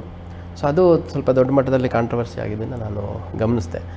ನಂತರದಲ್ಲಿ ಅದು ಟೋಲು ಅದೇನು D-Day ಇತ್ತು, ಅವತ್ತು ಸ್ವಲ್ಪ ಅಲ್ಲಿ ಸಂಘರ್ಷ ಆಯಿತು. ಯಾಕಂದರೆ ಇವಾಗ ಹೋರಾಟಗಾರರು ನಮಗೆ ಕಾಲದ ಗಡುವು ಸುಮಾರು ಸರಿ ಕೊಟ್ಟು ಅದಾಗಿಲ್ಲ ಅಂತಂದು ಡೈರೆಕ್ಟ್ ಆ್ಯಕ್ಷನ್ ಡೇ ಅನ್ನೋ ರೀತಿಯಲ್ಲಿ ಮಾಡಿದರು.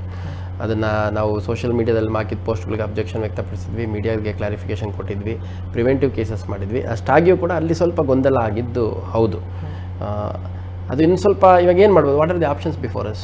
ಗೊಂದಲ ಆಗಬಾರ್ದು ಅಂತಂದರೆ ಒಂದು ಅವ್ರನ್ನ ಫಿಸಿಕಲಿ ಪ್ರಿವೆಂಟ್ ಮಾಡಬೇಕು ಅಂತಂದಾಗ ನಮ್ಗಳನ್ನ ಓವರ್ ಪವರ್ ಮಾಡಿ ಎಳೆದಾಡ್ಕೊಂಡು ಇದು ಮಾಡಿಕೊಂಡು ಅವಾಗೇನು ಲಾಠಿ ಚಾರ್ಜ್ ಮಾಡಬೇಕಾ, ಅಥವಾ ಟಿಯರ್ ಗ್ಯಾಸ್ ಹಾಕಬೇಕಾ, ಅಥವಾ ಇನ್ನೇನಾದರೂ ಮಾಡಬೇಕಾ? ಹೌದು, ಪ್ರಶ್ನೆ ಬರುತ್ತೆ ಸರ್. ಆ ಪ್ರಶ್ನೆಗಳು ಬಂದಂಥ ಸಂದರ್ಭದಲ್ಲಿ ಈಗ ಅಲ್ಲಿ ಹೋರಾಟ ಮಾಡ್ತಿರೋರೆಲ್ಲ ಏನೋ ಒಂದು ಕಾಸ್ ಇಟ್ಕೊಂಡು ಹೋರಾಟ ಮಾಡ್ತಿರ್ತಾರೆ. ಮತ್ತು ಅದಕ್ಕೆ ಸರ್ಕಾರದ ಅಭಿಪ್ರಾಯ ಇರ್ಬೋದು ಅಥವಾ ಚುನಾಯಿತ ಪ್ರತಿನಿಧಿಗಳ ಅಭಿಪ್ರಾಯ ಇರ್ಬೋದು, ಅದು ಬೇರೆ ಇಲ್ಲ. ಎಲ್ಲರದ್ದು ಉದ್ದೇಶ ಅಲ್ಲಿ ಟೋಲ್ ಅನ್ಸೈಂಟಿಫಿಕ್ ಇದೆ, ಅದನ್ನು ತೆರವು ಮಾಡಬೇಕು ಅಂತ. ಏನಂದರೆ ಪ್ರೊಸೀಜರಲ್ ಡಿಲೇ ಆಗ್ತಾಯಿತ್ತು ಅನ್ನೋದು ನನಗೆ ಅವಾಗ ತಿಳಿದು ಬಂದಿದ್ದು. ಸೊ ಹಂಗಾಗಿ ಅತ್ಯಂತ ಸಂಯಮದಿಂದ ನಮ್ಮ ಅಧಿಕಾರಿ ಸಿಬ್ಬಂದಿಗಳು ಅವತ್ತು ವರ್ತಿಸಿದ್ದಾರೆ. ಆಮೇಲೆ ನಂತರ ಅವ್ರನ್ನ ಪಿಕ್ ಮಾಡೋ ಟೈಮಲ್ಲಿ ನಮಗೆ ಹೇಳಿದ್ರು, ಮೈ ಮುಟ್ಟಿದ್ರು, ಕೈ ಮುಟ್ಟಿದ್ರು, ಈ ಥರ ಎಲ್ಲ ಬರುತ್ತೆ. ಆ ಥರ ಸಂಘರ್ಷ ಆಗೋವಂಥ ಸಂದರ್ಭದಲ್ಲಿ ಅದೆಲ್ಲ ಕಾಮನ್. ಉದ್ದೇಶ ಏನಿದೆ, ಉದ್ದೇಶ ಅಲ್ಲಿ ಯಾರಿಗೋ ಜೊತೆ ಮಿಸ್ಬಿಹೇವ್ ಮಾಡಬೇಕು, ಯಾರಿಗೋ ಹರ್ಟ್ ಮಾಡಬೇಕು, ಯಾರಿಗೋ ಇಂಜೂರ್ ಮಾಡಬೇಕು ಅನ್ನೋಂಥದ್ದಲ್ಲ. ಇಂಜೂರ್ ಮಾಡಬೇಕು, ಹರ್ಟ್ ಮಾಡಬೇಕು ಅನ್ನೋಂಗಿದ್ರೆ ಲಾಠಿ ಚಾರ್ಜೇ ಮಾಡಿಸ್ಬೋದಿತ್ತು ನಾವು. ಬಟ್ ನಮ್ಮ ಉದ್ದೇಶ ಅದಲ್ಲ. ನಮ್ಮ ಉದ್ದೇಶ ಇವತ್ತು ಹೋರಾಟ ಮಾಡ್ತಾ ಇದ್ದಾರೆ, ಇವತ್ತಿಗೆ ಮುಗಿಬೇಕು, ಮತ್ತಿಲ್ಲಿ ಇನ್ನೊಂದೇನೋ ಲಾಠಿ ಚಾರ್ಜ್ ಆಗಿ ಇನ್ನೊಂದು 10 ದಿವಸ ಡ್ರ್ಯಾಗ್ ಆಗಬಾರ್ದು. ಸೊ ಆ ನಿಟ್ಟಿನಲ್ಲಿ ಸಾಕಷ್ಟು ಸಂಯಮದಿಂದ ನಮ್ಮ ಅಧಿಕಾರಿ ಸಿಬ್ಬಂದಿಗಳು ಮತ್ತು ಸ್ಟ್ರೈಕಿಂಗ್ ಫೋರ್ಸಸ್ಸು KSRP ಅವನ್ನೆಲ್ಲ ಕರೆಸಿದ್ರು ಕೂಡ ಯಾರೂ ಒಂದು ಪಾಯಿಂಟಲ್ಲೂ ಕೂಡ ಎಕ್ಸಸಸ್ ಮಾಡದೆ somehow they manage the situation. So incidentally ಇವಾಗ ಅದು ಆ ಒಂದು ವಿಷಯ ಏನಿದೆ ಒಂದು ಲಾಜಿಕಲ್ ಎಂಡ್ಗೆ ಹೋಗಿದೆ. ಸೊ ಹಂಗಾಗಿ ಅದು ಅಲ್ಲಿ ಮುಗೀತು. ಸಪೋಸ್ ನೋಡಿ, ಅವತ್ತೇನಾದರೂ ನಾವು ಲಾಠಿ ಚಾರ್ಜ್ ಮಾಡೋವಂಥದ್ದು ದೊಡ್ಡ ಮಟ್ಟದಲ್ಲಿ ಏನೋ ಒಂದು ವೈಲೆನ್ಸಿಗೆ ಆಗೋದನ್ನೇನಾದರೂ ನಾವು ಪ್ರತ್ಯಕ್ಷವಾಗೋ ಪರೋಕ್ಷವಾಗೋ ಕಾರಣರಾಗಿದ್ದರೆ, ಈಗ ಘಟನೆ ವಿಷಯ ಎರಡೂ ಸತ್ತೋಗಿದ್ದಾವೆ ಇವಾಗ. ಬಟ್ ನಮ್ಮ ಪೊಲೀಸ್ ಆ್ಯಕ್ಷನ್ ಉಳ್ಕೊಂಬಿಡೋದು. ಮತ್ತು ನಾವು 2 ವರ್ಷದಿಂದ ನನ್ನ ಕಾಲಘಟ್ಟದ ನಾನು ಮಾತಾಡೋದಾದರೆ ಏನೊಂದು ಸೊಸೈಟಿಲಿ ಜನರಲ್ಲಿ ಒಂದು ಗುಡ್ ವಿಲ್ ಬಿಲ್ಡ್ ಮಾಡಿದ್ದೀವಿ ಇಲಾಖೆ ಬಗ್ಗೆ, ಅದನ್ನು ನಾವು ಕಾಂಪ್ರಮೈಸ್ ಮಾಡ್ಕೋಬೇಕಾಗಿ ಬರ್ತಿತ್ತು ಅನಿಸುತ್ತೆ ಮೋಸ್ಟ್ಲಿ. ಹೌದು, ಹಾಗೆ ಆಗಲಿಲ್ಲ. ಅದೊಂದು ಒಳ್ಳೆಯ ವಿಷಯ. ಅಂದರೆ ಏನು ತೊಂದರೆ ಆಗದ ರೀತಿಯಲ್ಲಿ ಅದನ್ನು ಕಂಟ್ರೋಲ್ ಮಾಡಿದೆ. ಸರ್, ಇನ್ನೊಂದು ನನ್ನ ಪ್ರಕಾರ ನೀವು ಕಮಿಷನರ್ ಆಗಿದ್ದಾಗ ಅದು ಇನ್ನೊಂದು ವಿಚಾರ ಅಂತ ಹೇಳಿದ್ರೆ, ನಿಮ್ಮ ಕಮಿಷನರೇಟ್ ವ್ಯಾಪ್ತಿಯಲ್ಲಿರುವಂಥ ಒಂದು ಗ್ರೌಂಡಿಗೆ ಅಂದರೆ ಮೈದಾನಕ್ಕೆ ಪ್ರಧಾನಮಂತ್ರಿಗಳೇ ಬಂದು ಅಲ್ಲಿ ಕಾರ್ಯಕ್ರಮದಲ್ಲಿ ಭಾಗವಹಿಸಿರೋದು ನಿಮಗೂ ಕೂಡ ಒಂದು ಚಾಲೆಂಜಿಂಗ್ ಆಗಿತ್ತು 15 ಡೇಸ್ ಮೊದಲಿಂದಲೇ ನಿಮ್ಮ ಪ್ರಿಪ್ರೇಷನ್ ಮತ್ತು ಅವ್ರು ಬಂದು ಹೋಗುವ ತನಕ ಬಹುಶಃ ನಮ್ಗೆ ಗೊತ್ತಿರುತ್ತೆ ಅದೆಷ್ಟು ನಿಮ್ಗೊಂದು ಒತ್ತಡ ಇರುತ್ತೆ ಅಂತ ಅದನ್ನು ಹೇಗೆ ಒಂದು ನಿರ್ವಹಿಸಲಿಕ್ಕೆ ಸುಲಭ ಆಯಿತು ಸರ್ ಅದು ಹೇಗಿತ್ತು ಆ ದಿನಗಳು ಅಲ್ಲ ಪ್ರಾಬಬಲಿ ಒಂದು ನಮಗೆ ಆ ಸಂದರ್ಭದಲ್ಲಿ ನಮ್ಮ ಹಿರಿಯ ಅಧಿಕಾರಿಗಳ ಮಾರ್ಗದರ್ಶನ AD ಜಿಲ್ಲಾ ಅಂಡರ್ ಅಲೋಕ್ ಕುಮಾರ್ ಸರ್ ಅವರು ಬಂದಿಲ್ಲೇ ಕೂತರು ಅದ್ರ ಜೊತೆಗೆ ನಮ್ಮ DGP ಸರ್ ಇರ್ಬೋದು ಪ್ರವೀಣ್ ಸೂದ್ ಅವರು ಅಥವಾ ADGP ಇಂಟೆಲಿಜೆನ್ಸ್ ದಯಾನಂದ್ ಸರ್ ಇರ್ಬೋದು ಏನೇನು ಇನ್ಪುಟ್ ಇದೆ ಅನ್ನೋಂಥದ್ದನ್ನು ಕರೆಕ್ಟಾಗಿ ಕೊಡುವಂಥದ್ದು ಮತ್ತು ನಮಗೆ ಏನು you ask whatever you want ನಿಮಗೆ 10 KSRP ಬೇಕಾ 20 KSRP ಬೇಕಾ 2000 ಜನ ಬೇಕಾ ನಿಮಗೇನು ಬೇಕು ತೊಗೊಳ್ಳಿ ಬಟ್ ಯಾಕೆಂದರೆ ನೋಡಿ ಪ್ರೈಮ್ ಮಿನಿಸ್ಟರ್ ಅವರು ಒಂದು SPG ಪ್ರೊಟೆಕ್ಟಿವ್ ಮತ್ತು ಮೋಸ್ಟ್ಲಿ ಗ್ಲೋಬಲಿ ಯಾರಾದರೂ ಒಬ್ಬರು ನಾಯಕರಿಗೆ ಹೈಯೆಸ್ಟ್ ಥ್ರೆಟ್ ಪರ್ಸೆಪ್ಷನ್ ಇದೆ ಅಂತಂದರೆ ಅದು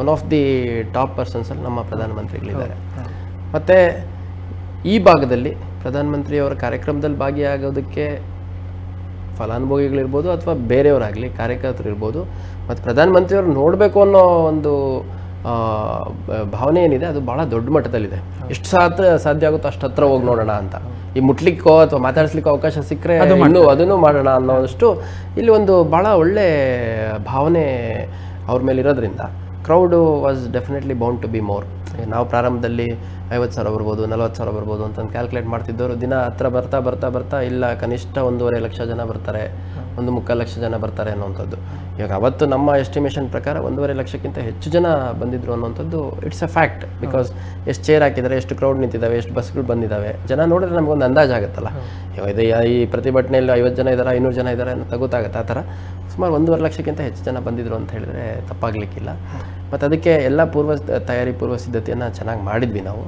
ಆದರೆ ಏನಾಯಿತು ಜನರಲಿ ಪ್ರೈಮ್ ಮಿನಿಸ್ಟರ್ ಅಥವಾ ಚೀಫ್ ಮಿನಿಸ್ಟರ್ ಅಥವಾ ಅದರ್ VIP ಪ್ರೋಗ್ರಾಮಲ್ಲಿ ನಾವೊಂದು ಕಾಂಟಿಂಜೆನ್ಸಿ ರೂಟ್ ಅಂತ ಇಟ್ಕೋತೀವಿ ಮೇನ್ ರೂಟ್ ಅಲ್ಲ ಈ ಮೇನ್ ರೂಟ್ ಏನು ಅವರು ಏರ್ಪೋರ್ಟಿಗೆ ಬರೋದು ಅಲ್ಲಿಂದ ಪಣಂಬೂರಿಗೆ ಬರೋದು ಅಲ್ಲಿಂದ ಬೈ ರೋಡ್ ಫಂಕ್ಷನ್ ಪ್ಲೇಸಿಗೆ ಬರೋದು ವಾಪಸ್ ಪಣಂಬೂರಿಗೆ ಹೋಗ್ಬಿಟ್ಟು ಅಲ್ಲೊಂದು ಮೀಟಿಂಗ್ ಮಾಡಿ ಮತ್ತೆ ಏರ್ಪೋರ್ಟಿಂದ ವಾಪಸ್ ಹೋಗೋದು ಇದು ಮೇನ್ ಸ್ಕೀಮ್ ಇದ್ದಿದ್ದು ಬಟ್ ಲಾಸ್ಟ್ ಮಿನಿಟಲ್ಲಿ ಅಲ್ಲಿ ಪಣಂಬೂರು ಚಾಪರ್ ಟೇಕ್ ಆಫ್ ಆಗೋಕ್ಕೆ ಕಷ್ಟ ಆಗುತ್ತೆ ಅಂತ ಹೇಳಿದಾಗ ಲ್ಯಾಂಡ್ ರೂಟು ಕಾಂಟಿಂಜೆನ್ಸಿ ರೂಟು ನನ್ನ 13 year ಫೀಲ್ಡ್ ಎಕ್ಸ್ಪೀರಿಯನ್ಸಲ್ಲಿ this was for the first time a contingency route was used that to for a prime minister contingency ಅಂದರೆ ನಮ್ಮದು ಸ್ಕೆಲಿಟಲ್ ಡಿಪ್ಲಾಯ್ಮೆಂಟ್ ಇರುತ್ತೆ ಜನರಲಿ ಯಾವಾಗ ಆಗಲಿ ಸೊ ಮೇನ್ ರೂಟಲ್ಲಿ ಸಪೋಸ್ ನಾವು 500 ಜನ ಹಾಕಿದ್ದೀವಿ ಅಂದರೆ ಕಾಂಟಿಂಜೆನ್ಸಿ ರೂಟಲ್ಲಿ 20 ಜನ ಹಾಕಿರ್ತೀವಿ ಅಂಥದ್ದು ಇವಾಗ ಕಾಂಟಿಂಜೆನ್ಸಿ ರೂಟೇ ಅವ್ರದ್ದು ಮೂವ್ಮೆಂಟ್ ರೂಟ್ ಆಯಿತು ಅಂತಂದಾಗ ನಾನು 2-3 ವಿಷಯಗಳನ್ನ ಹೇಳಬೇಕು ಮೊಟ್ಟ ಮೊದಲನೇದಾಗಿ ನಮ್ಮೆಲ್ಲ ಅಧಿಕಾರಿ ಸಿಬ್ಬಂದಿಗಳಿಗೆ ನಾನು ಧನ್ಯವಾದಗಳನ್ನ ಅರ್ಪಿಸಬೇಕು ಯಾಕೆಂದರೆ ಬಂದೋಬಸ್ತು ಕಾರ್ಯಕ್ರಮ ಮುಗಿದ ತಕ್ಷಣ ಎಲ್ಲ ಡಿಸ್ಪರ್ಸ್ ಆಗಿಬಿಡ್ತಾರೆ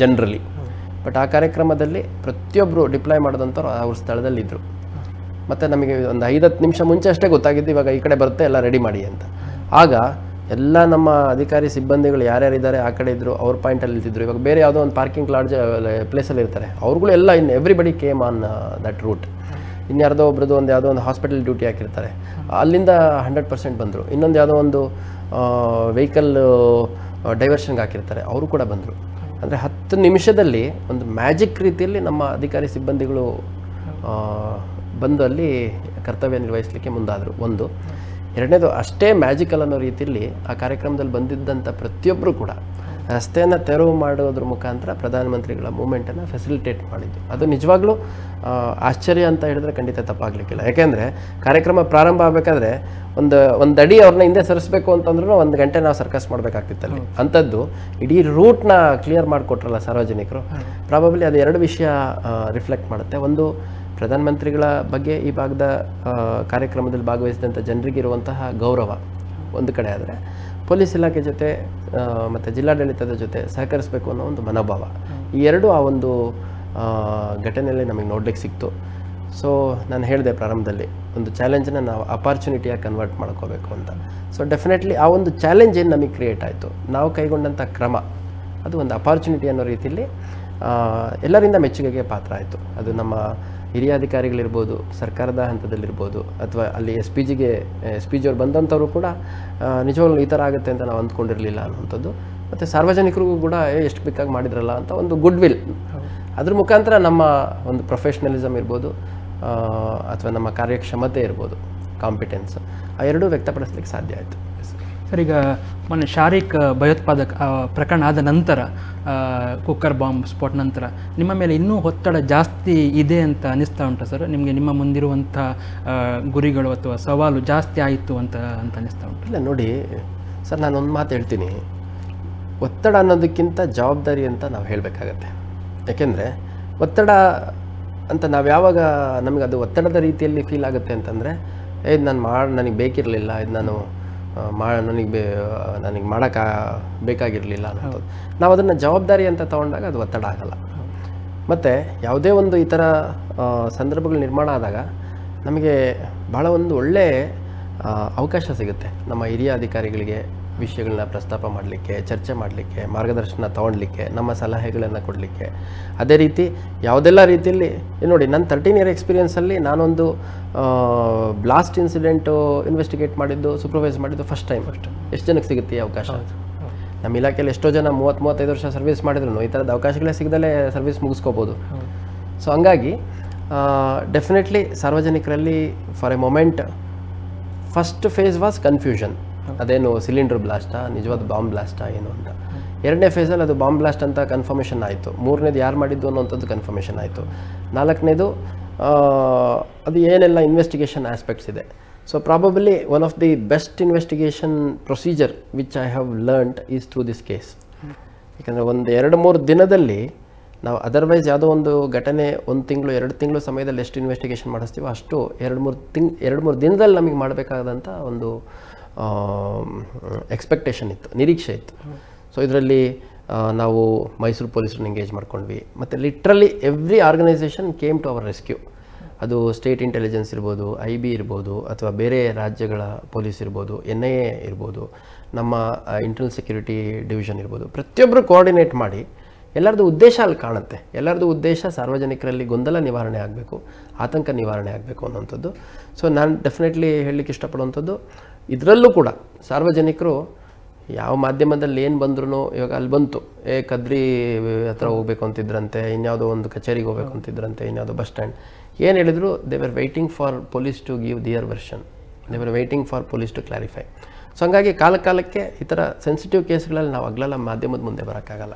ಬಟ್ ನಾವು ಸಾರ್ವಜನಿಕರಿಗೆ ಗೊಂದಲ ನಿವಾರಣೆಗೆ ಎಷ್ಟು ಹೇಳಬೇಕಾಗುತ್ತೋ ಅಷ್ಟು ವಿಷಯ ಹೇಳಿದಾಗ ಭಾಳ ಪಾಸಿಟಿವ್ ಆಗಿ ತೊಗೊಂಡ್ರು. ಮತ್ತು ನಾನು ಹಿಂದೆ ಒಂದು ಸಂದರ್ಭದಲ್ಲೂ ಕೂಡ ಹೇಳಿದೆ, ಈ ರೆಸಿಲಿಯನ್ಸ್ ಅಂತ ಏನಿದೆ, ಮಂಗಳೂರು ಸಿಟಿದು ರೆಸಿಲಿಯನ್ಸ್ ಏನಿದೆ ಅನ್ನೋಂಥದ್ದನ್ನು ನಮಗೆ ತೋರಿಸ್ಕೊಟ್ರು ಮಂಗಳೂರು ಜನ. ಎಸ್.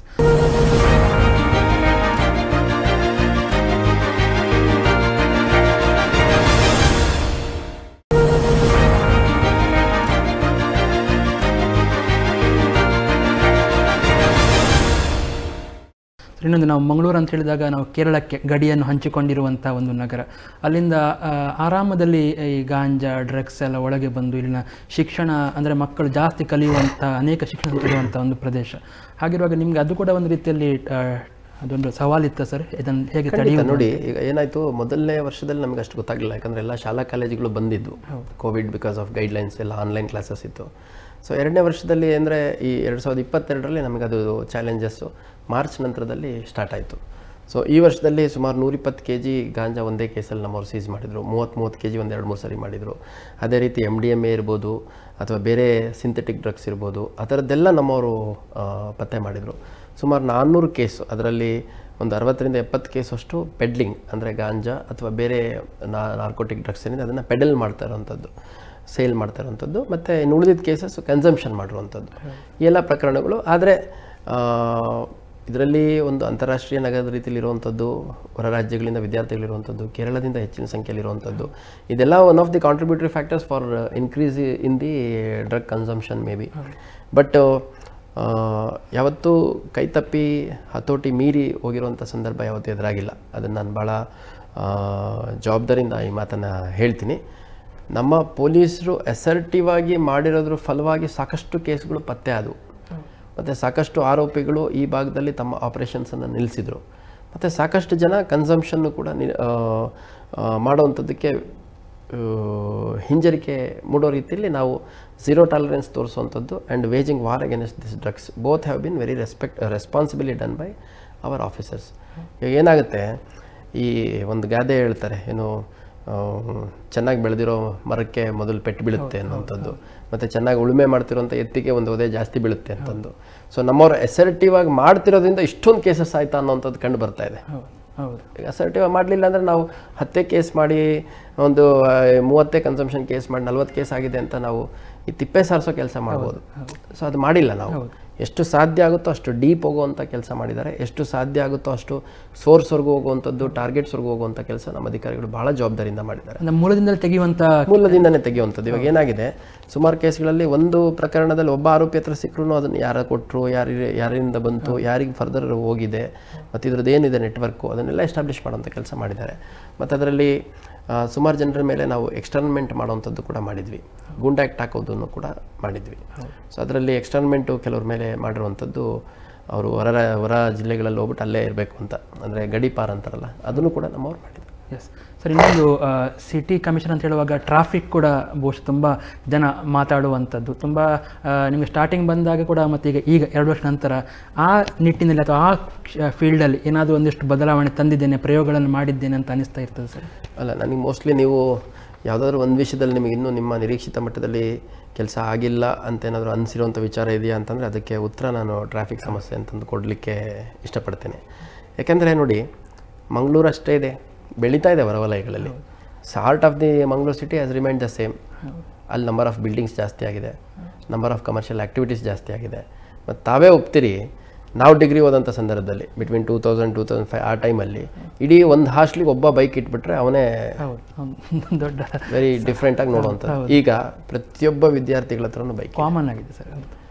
ಆಮೇಲೆ ಒಂದು ಲೇಔಟಲ್ಲಿ 2-3 ಕಾರ್ ಇರ್ತಿತ್ತು 15 ವರ್ಷದ ಕೆಳಗೆ. ಒಂದು ಲೇಔಟ್ ಇದೆ ಅಂದರೆ ಒಂದು 200 ಮನೆ ಒಂದು ಲೇಔಟ್ ಇದ್ದರೆ ಒಂದು 2-3 ಕಾರ್ ಇರ್ತಿತ್ತು. ಇವಾಗ ಮನೆಗೆ 2 ಕಾರ್ ಇದೆ. ಜನಗಳ ಸಂಚಾರ ಜಾಸ್ತಿ ಆಗಿದೆ. ಮತ್ತು ಈ ಸ್ಯಾಟಲೈಟ್ ಟೌನ್ಸ್ ರೀತಿಯಲ್ಲಿ ಮಂಗಳೂರಲ್ಲಿ ಎಸ್ಟಾಬ್ಲಿಷ್ ಆಗಲಿಕ್ಕೆ ಸಾಧ್ಯ ಆಗಿಲ್ಲ. ಈಗ ಬೆಂಗಳೂರಲ್ಲಿ ನೋಡಿ, ಬೆಂಗಳೂರಲ್ಲಿ ಯಲಹಂಕ ಒಂದು ಪಾಕೆಟು, ಈ ಕಡೆ ದಾಸರಳ್ಳಿ ಒಂದು ಪಾಕೆಟು, ಆ ಕಡೆ ಹೋದರೆ ಮಾಗಡಿ ರೋಡ್ ಒಂದು ಪಾಕೆಟು, ಆ ಕಡೆ ಎಲೆಕ್ಟ್ರಾನಿಕ್ ಸಿಟಿ ಒಂದು ಪಾಕೆಟು. ಆ ಥರ ಸ್ಯಾಟಲೈಟ್ ಟೌನ್ಸ್ ರೀತಿಲಿ ಆಗಿಲ್ಲ. ಯಾಕಂದರೆ ಒಂದು full side is full of ocean, ಇನ್ನೊಂದು ಕಡೆ ಫಾರೆಸ್ಟ್ ಏರಿಯಾ ಇದೆ. ಹಂಗಾಗಿ ಪ್ರತಿಯೊಂದಕ್ಕೂ ಮಂಗಳೂರು ನಗರ ಹೃದಯ ಭಾಗಕ್ಕೆ ಬಂದು ಹೋಗುವಂಥ ಒಂದು ಪರಿಸ್ಥಿತಿ ಇರೋದ್ರಿಂದ, ಸೊ ಟ್ರಾಫಿಕ್ ಸಮಸ್ಯೆ, ವಾಹನಗಳ ಸಂಖ್ಯೆ ಹೆಚ್ಚಾಗಿರೋದ್ರಿಂದ, ರಸ್ತೆಗಳು ಅವೇ ಇರೋದ್ರಿಂದ, ಅದ್ರ ಜೊತೆಗೆ ಈ ಸ್ಮಾರ್ಟ್ ಸಿಟಿ ವರ್ಕು ಸಾಕಷ್ಟು ನಡೀತಿರೋದ್ರಿಂದ ಆಗದಿರ್ತಾರೆ, ಅದನ್ನು ಡೈವರ್ಷನ್ ಮಾಡಿರ್ತಾರೆ. ಆ ಗೊಂದಲಗಳು ಮುಂದುವರೆದಿದೆ. ಡೆಫಿನೆಟ್ಲಿ ಟ್ರಾಫಿಕ್ ವಿಚಾರವಾಗಿ ನಾವಿನ್ನೂ ಬಹಳ ಶ್ರಮ ಪಡೋ ಅವಶ್ಯಕತೆ ಇದೆ. ಅದನ್ನು ಪ್ರಾಬಬಲಿ 2023ರಲ್ಲಿ ನಮ್ಮ ಆದ್ಯತೆ ವಿಷಯವಾಗಿ ತೊಗೊಂಡು ಸಾಕಷ್ಟು ಸಾಧ್ಯವಾದಷ್ಟು ಬದಲಾವಣೆ ತರಲಿಕ್ಕೆ ಪ್ರಯತ್ನ ಮಾಡ್ತೀವಿ. ಓಕೆ ಸರ್, ಇನ್ನೊಂದು ತಾವು ಪೊಲೀಸ್ ಸಿಬ್ಬಂದಿಗಳಿಗೆ ಮತ್ತು ಅಧಿಕಾರಿಗಳಿಗೆ 3 ದಿನದ ಒಂದು ಲಾಸ್ಟ್ ಟೈಮ್ ಒಂದು ಒತ್ತಡ ನಿವಾರಣೆಗೋಸ್ಕರ ಒಂದು ಶಿಬಿರ ಅದೆಲ್ಲ ಮಾಡಿದ್ರಿ ಸರ್. ಸೊ ನಿಮ್ಮ ಅಡಿಯಲ್ಲಿ ಬರುವಂಥ 22 ಸ್ಟೇಷನ್ ಸುಮಾರು 1000 ಇದು ಅಧಿಕಾರಿಗಳು ಸಿಬ್ಬಂದಿಗಳಿದ್ದಾರೆ. ಹೇಗೆ ಅವರನ್ನು ಚೆನ್ನಾಗಿ ತೆಗೆದುಕೊಂಡು ಹೋಗಬೇಕಾಗಿರೋ ಜವಾಬ್ದಾರಿ ಇರುವಂಥ ನಿಟ್ಟಿನಲ್ಲಿ ಏನಾದರೂ ಆ ಬಗ್ಗೆ ಪ್ಲ್ಯಾನ್ ಆಗಿತ್ತಾ, ಹೇಗೆ? ಈಗ ನೋಡಿ, ಯಾವುದೇ ಒಂದು ಘಟಕಾಧಿಕಾರಿ ಯಾವುದೇ ಒಂದು ಒಳ್ಳೆ ಸಾಧನೆ ಆದಂಥ ಸಂದರ್ಭದಲ್ಲಿ ಅದರ ಕ್ರೆಡಿಟ್ಸನ್ನು ನಾವು ಶೇರ್ ಮಾಡಬೇಕು. ಜವಾಬ್ದಾರಿ ಅಂತೂ ಬ್ಲೇಮ್ ನಾವೇ ತೊಗೋಬೇಕು. ನಾವು ಬ್ಲೇಮ್ ಶೇರ್ ಮಾಡೋದು, ಕ್ರೆಡಿಟ್ ತೊಗೊಳೋಂಥದ್ದು ಮಾಡ್ಕೊಂಡು ಕೂತ್ಕೊಂಡ್ರೆ V cannot be A good unit officer. ನಮ್ಮ ಅಧಿಕಾರಿ ಸಿಬ್ಬಂದಿಗಳು ಸ್ವಲ್ಪ ಒತ್ತಡದ ವಾತಾವರಣದಲ್ಲಿ ಕೆಲಸ ಮಾಡೋದು ಹೌದು. ಆವಾಗ ಅವರಿಗೆ ಊಟದ ವ್ಯತ್ಯಾಸ ಆಗುತ್ತೆ, ಆರೋಗ್ಯ ಸಮಸ್ಯೆಗಳೆದುರಾಗುತ್ತೆ, ಕೆಲವರಿಗೆ ಹಾರ್ಮೋನಲ್ ಇಶ್ಯೂಸ್ ಇರುತ್ತೆ, ಇನ್ನು ಕೆಲವರು ಕೆಟ್ಟ ಚಟಗಳಿಗೆ ಬಲಿಯಾಗಿರುವಂಥವ್ರು ಇರ್ತಾರೆ. ಈ ಎಲ್ಲದರ ನಡುವೆ ಫಿಸಿಕಲ್ ಫಿಟ್ನೆಸ್ ಇಲ್ಲ ಅಂತಂದಾಗ ನಾವು ಹೆಚ್ಚು ಅಸರ್ಟಿವ್ ಆಗಿ ಕೆಲಸ ಮಾಡಲಿಕ್ಕೆ ಸಾಧ್ಯ ಆಗಲ್ಲ. ಹಾಗಾಗಿ ತಾವು ಹೇಳಿದಂಗೆ ಸುಮಾರು ಒಂದು 78 ಜನರಿಗೆ ನಾವು 1 ತಿಂಗಳ ಕಾಲ ಫಿಟ್ನೆಸ್ ಟ್ರಾನ್ಸ್ಫಾರ್ಮೇಷನ್ ಮಾಡಿಸಿದ್ವಿ. ಅದು ಭಾಳ ಸಮಾಧಾನ ಕೊಟ್ಟಂಥ ವಿಷಯ ನನಗೆ. ಯಾಕಂದರೆ ಸುಮಾರು 450 kg ತೂಕನ ನಾವು ಆ 78 ಜನರಿಂದ ಹೊರಗಡೆ ತೆಗಿಲಿಕ್ಕೆ ಸಾಧ್ಯ ಆಯಿತು. 2 kg-ಯಿಂದ 10 kg-ವರೆಗೂ ಆ 1 ತಿಂಗಳಲ್ಲಿ ವೆಯ್ಟ್ ಲೂಸ್ ಮಾಡಿದಂಥವ್ರು ಇದ್ದಾರೆ. ಅದೇ ರೀತಿ ನಾವು ನಮ್ಮ ನೈಪುಣ್ಯ ಅಂದರೆ ಏನು ಎಕ್ಸ್ಪರ್ಟೈಸ್ ಇದೆ ಅದನ್ನು ಅಪ್ಗ್ರೇಡ್ ಮಾಡ್ಕೋಬೇಕು, ನಮ್ಮ ಸ್ಕಿಲ್ಸ್ ಅಪ್ಗ್ರೇಡೇಷನ್ ಮಾಡ್ಕೊತ ಹೋಗ್ಬೇಕು. ಹಾಗಾಗಿ ವಿಶೇಷ ಕಾರ್ಯಾಗಾರಗಳು, ಪೋಕ್ಸೋ ರಿಲೇಟೆಡು, ಆಮೇಲೆ cyber crimes related, women related issues related, drugs related, ಇವೆಲ್ಲ ಕಾಲಕ್ಕೆ ಮಾಡ್ತಾ ಇರೋವಂಥದ್ದು. ಅದ್ರ ಜೊತೆ ನಮ್ಮದು ಆ್ಯನ್ಯುವಲ್ ಸ್ಪೋರ್ಟ್ಸ್ ಇರುತ್ತೆ, ಅದೇ ರೀತಿ ಒಂದು ಕಲ್ಚರಲ್ ಗೆಟ್ ಟುಗೆದರ್ ಇರುತ್ತೆ, ಮತ್ತು ಬೇರೆ ಕಾಂಪಿಟೇಷನ್ಸು ಮಾಡುವಂಥದ್ದು. ಇದೆಲ್ಲದ್ರ ಪ್ರೋಸೆಸ್ಸಲ್ಲಿ ನಾನೊಬ್ಬ ಕೆಲಸ ಮಾಡಿದರೆ ಎಷ್ಟು ಮಾಡ್ಬೋದು, ಆದರೆ ನನಗೆ ಘಟಕದ ನೇತೃತ್ವ ವಹಿಸೋ ಅವಕಾಶ ಇದ್ದಾಗ ನಮ್ಮ ಘಟಕದಲ್ಲಿರುವಂಥ ಎಲ್ಲರನ್ನೂ ಒಂದು ಪಾಸಿಟಿವ್ ಔಟ್ಲುಕ್ಕಲ್ಲಿ, ಕಾಂಟ್ರಿಬ್ಯೂಟ್ರಿ ಮೈಂಡ್ಸೆಟ್ಟಲ್ಲಿ ನಾವು ಅವ್ರನ್ನ ತಯಾರು ಮಾಡಿದಂಥ ಸಂದರ್ಭದಲ್ಲಿ ವರ್ಕ್ ಔಟ್ಪುಟ್ ಜಾಸ್ತಿ ಇರುತ್ತೆ, ಜನರಿಗೆ ಅದರಿಂದ ರಿಸಲ್ಟ್ಸ್ ಕಾಣುತ್ತೆ. ತಾವು ಹೇಳಿದ್ರಿ ಈ ಜನಸ್ನೇಹಿಯಾಗಿರುವಂಥದ್ದು, ಜನರ ಸಂಪರ್ಕದಲ್ಲಿ ಜನಸಾಮಾನ್ಯರ ರೀತಿಯಲ್ಲಿ ಮಾಡುವಂಥದ್ದು. ಜನ there is a mindset, police ಹತ್ರ ನಾವು ಯಾಕೆ ಹೋಗಬೇಕು, ಪೊಲೀಸ್ ಹತ್ರ ಹೋದರೆ ಹೊಡಿತಾರೆ, ಪೊಲೀಸ್ರ ಹತ್ರ ಹೋದರೆ ಬೈತಾರೆ, ಪೊಲೀಸ್ರ ಹತ್ರ ಹೋದರೆ ನಮಗೆ ಕೇಸ್ ಮಾಡಿಬಿಡ್ತಾರೆ. ಸೊ ಇದಾಗಬಾರ್ದು. ಯಾರು ಲಾ ಅಬೈಡಿಂಗ್ ಸಿಟಿಸನ್ಸ್ ಇದ್ದಾರೆ ಅವ್ರುಗಳಿಗೆ ಪೊಲೀಸ್ರ ಬಗ್ಗೆ ವಿಶ್ವಾಸ ಜಾಸ್ತಿ ಆಗಬೇಕು, ಪೊಲೀಸ್ರ ಬಗ್ಗೆ ಗೌರವ ಜಾಸ್ತಿ ಆಗಬೇಕು. ಅಟ್ ದ ಸೇಮ್ ಟೈಮ್ ಯಾರು ವಯಲೇಟರ್ಸ್ ಇದ್ದಾರೆ, ಕಾನೂನು ಉಲ್ಲಂಘನೆ ಮಾಡುವಂಥವ್ರಿಗೆ ಪೊಲೀಸ್ರ ಬಗ್ಗೆ ಭಯ ಇರಬೇಕು. ಈಗ ನಮ್ಮ ಅಧಿಕಾರಿ ಸಿಬ್ಬಂದಿಗಳು ಎಷ್ಟು ದಕ್ಷತೆಯಿಂದ ಕೆಲಸ ಮಾಡ್ತಾರೆ ಅಷ್ಟು ಇಂಟರ್ಫೇಸ್ ಆಗುವಂಥ ಸಂದರ್ಭ ಬರುತ್ತೆ. ಎಷ್ಟೋ ಸಂದರ್ಭದಲ್ಲಿ ನಮ್ಮ ಪೊಲೀಸರ ಮೇಲೆ ಹಲ್ಲೆ ಆಗಿರುವಂಥ ಪ್ರಕರಣ ಇದ್ದಾವೆ. ಸುಮ್ಮನೆ ನಿಂತಿರೋನ ಮೇಲೆ ಹಲ್ಲೆ ಆಗಿರುವಂಥದ್ದು ಪ್ರಕರಣ ತಾವು ನೋಡಿದ್ದೀರಿ. ಹೌದು. ಅದೇ ರೀತಿ ಆರೋಪಿಗಳು ಹಿಡಿಬೇಕಾದ್ರೆ ನಮಗೆ ಹೊಡೆದು, ಚಾಕು ಹೊಡೆದು, ಕಲ್ಲು ಹೊಡೆದು ಓಡೋಗಿರುವಂಥ ಸಂದರ್ಭದಲ್ಲಿ ನಮ್ಮ ಅಧಿಕಾರಿ ಸಿಬ್ಬಂದಿಗಳು ಆತ್ಮರಕ್ಷಣೆಗಾಗಿ ಗುಂಡು ಹಾರಿಸೋವಂಥದ್ವರೆಗೂ ಹೋಗಿ ತಮ್ಮ ಕೆಲಸವನ್ನು ಜವಾಬ್ದಾರಿಯಿಂದ ನಿರ್ವಹಿಸಿದ್ದಾರೆ. ಸೊ ನಾನೇನು ಹೇಳಲಿಕ್ಕೆ ಇಷ್ಟಪಡ್ತೇನೆ, ಆ್ಯಸ್ ಎ ಯೂನಿಟ್ ಆಫೀಸರ್ ನಾನು ಕೇವಲ ಅವರಲ್ಲಿರುವಂಥ ತಪ್ಪುಗಳನ್ನು ತೆಗೆಯೋದು, ಏನು ಕೆಲಸ ಮಾಡಿಲ್ಲ ಅನ್ನೋಂಥದ್ದನ್ನು ಟೈಟ್ ಮಾಡೋದು, ಅದೊಂದು ಕಡೆ ಮಾಡಲೇಬೇಕು. ಅದನ್ನು ಅದ್ರ ಜೊತೆಗೆ ಅವ್ರನ್ನ ಟೆಕ್ನಿಕಲಿ ಅಪ್ಗ್ರೇಡ್ ಮಾಡುವಂಥದ್ದು, ಸ್ಕಿಲ್ ವೈಸ್ ಅಪ್ಗ್ರೇಡ್ ಮಾಡುವಂಥದ್ದು, ಸ್ಟ್ರೆಸ್ ರಿಲೀಫಲ್ಲಿ ನಾನು ಫೆಸಿಲಿಟೇಟ್ ಮಾಡುವಂಥದ್ದು, ಅದನ್ನೆಲ್ಲ ಮಾಡಿದಂಥ ಸಂದರ್ಭದಲ್ಲಿ ಒಂದು ಏನು ಪೊಲೀಸ್ ಕುಟುಂಬ ಅನ್ನುವಂಥ ಭಾವನೆ ಇದೆ, ಆ ಭಾವನೆ ಬರಲಿಕ್ಕೂ ಸಾಧ್ಯ ಆಗುತ್ತೆ. ಮತ್ತು ಪೊಲೀಸ್ ಕುಟುಂಬದ ನೇತೃತ್ವ ಘಟಕ ಮಟ್ಟದಲ್ಲಿ ನಾನು ಸುಮ್ಮನೆ ಕಮಿಷನರ್ ಆಗಿದ್ದೀನಿ ಅಂತಂದರೆ ಆಗಲ್ಲ. ಕಮಿಷನರ್ ಆಗಿದ್ದೀನಿ ಅನ್ನೋದ್ರ ಜೊತೆಗೆ ನಮ್ಮೆಲ್ಲ ಕಷ್ಟ ಸುಖಗಳಲ್ಲಿ ಇವರು ಇದ್ದಾರೆ ಅನ್ನೋಂಥದ್ದು ಅವ್ರ ಭಾವನೆ ಬಂದಾಗ ಅದರದ್ದು ವರ್ಕ್ ರಿಸಲ್ಟ್ ಚೆನ್ನಾಗಿ ಬರುತ್ತೆ. ಕರೆಕ್ಟ್. ಇನ್ನೊಂದು ಸರ್, ಕೊನೆಯದಾಗಿ ಈ ಕಳೆದ 2 ವರ್ಷಗಳಲ್ಲಿ ನೀವು ಯಾವತ್ತೂ ಕೂಡ ನೆನಪಿನಲ್ಲಿ, ಅಂದರೆ ನಿಮ್ಮ ಸರ್ವಿಸ್ ಉದ್ದಕ್ಕೂ ನೆನಪಿನಲ್ಲಿ ಇರುವಂಥ ಏನಾದರೂ ಘಟನೆ ನಡೆದಿತ್ತು ಸರ್, ಅಥವಾ ಮರಿಬೇಕು ಅಂತ ನಡೆಸಿದ್ದು ಏನಾದರೂ 2 ಘಟನೆಗಳನ್ನು ನಮ್ಮ ವೀಕ್ಷಕರಿಗೆ ಹಂಚ್ಕೊಳ್ಬೋದು? ನಾನು ಇಲ್ಲೇ ಇನ್ನೊಂದು ಮಾಧ್ಯಮಕ್ಕೆ ಹೇಳಿದಂಥ ಇಂಟರ್ವ್ಯೂಲ್ ಕೂಡ ಹೇಳಿದೆ ಈ ಪ್ರಶ್ನೆ. ಯಾಕಂದರೆ 2 ವರ್ಷಗಳಲ್ಲಿ ನಮ್ಮ ಉಳ್ಳಾಳ ಭಾಗದಲ್ಲಿ ಒಂದು ಪಬ್ಜಿ ಆಟ ಆಡುವಂಥ ಸಂದರ್ಭದಲ್ಲಿ ಇಬ್ಬರು ಹುಡುಗರಿಗೆ ವ್ಯತ್ಯಾಸ ಆಗ್ಬಿಟ್ಟು ಒಂದು 10-11 ವರ್ಷದ ಹುಡುಗನೊಬ್ಬನ ಕೊಲೆ ಆಗಿಬಿಡುತ್ತೆ. ಸೊ ಅಮಾಯಕ ಹುಡುಗ, ನಮ್ಮ ಮನೆಯಲ್ಲಿ ನನ್ನ ಅಳಿಯ ಇದ್ದಾನೆ, ಅಥವಾ ನಮ್ಮ ಅಕ್ಕನ ಮಕ್ಕಳಿದ್ದಾರೆ, ಅಥವಾ ನನ್ನ ಫ್ರೆಂಡ್ಸ್ ಮಕ್ಕಳೆಲ್ಲ ಆ ಏಜ್ ಗ್ರೂಪವ್ರು ಇದ್ದಾರೆ. ಸೊ ಲಿಟ್ರಲಿ 10-11 ವರ್ಷದ ಹುಡುಗನ್ನ ಸತ್ತು ಒಂದು ಇದರಲ್ಲಿ ಸುತ್ತಬಿಟ್ಟು ಅಲ್ಲೆಲ್ಲೋ ಕಾಂಪೌಂಡ್ ಪಕ್ಕದಲ್ಲಿ ಎಸ್ತೋಗಿರೋಂಥದ್ದು ನಿಜವಾಗ್ಲೂ ಹೃದಯ ವಿದ್ರಾವಕ ಘಟನೆ ಅಂತಾರಲ್ಲ, ಅದು ನಿಜವಾದ ಹೃದಯ ವಿದ್ರಾವಕ ಘಟನೆ ಅನ್ನುವಂಥದ್ದು. ಸೊ ಪ್ರಾಬಬ್ಲಿ ಅಂಥದ್ದು. ಮತ್ತು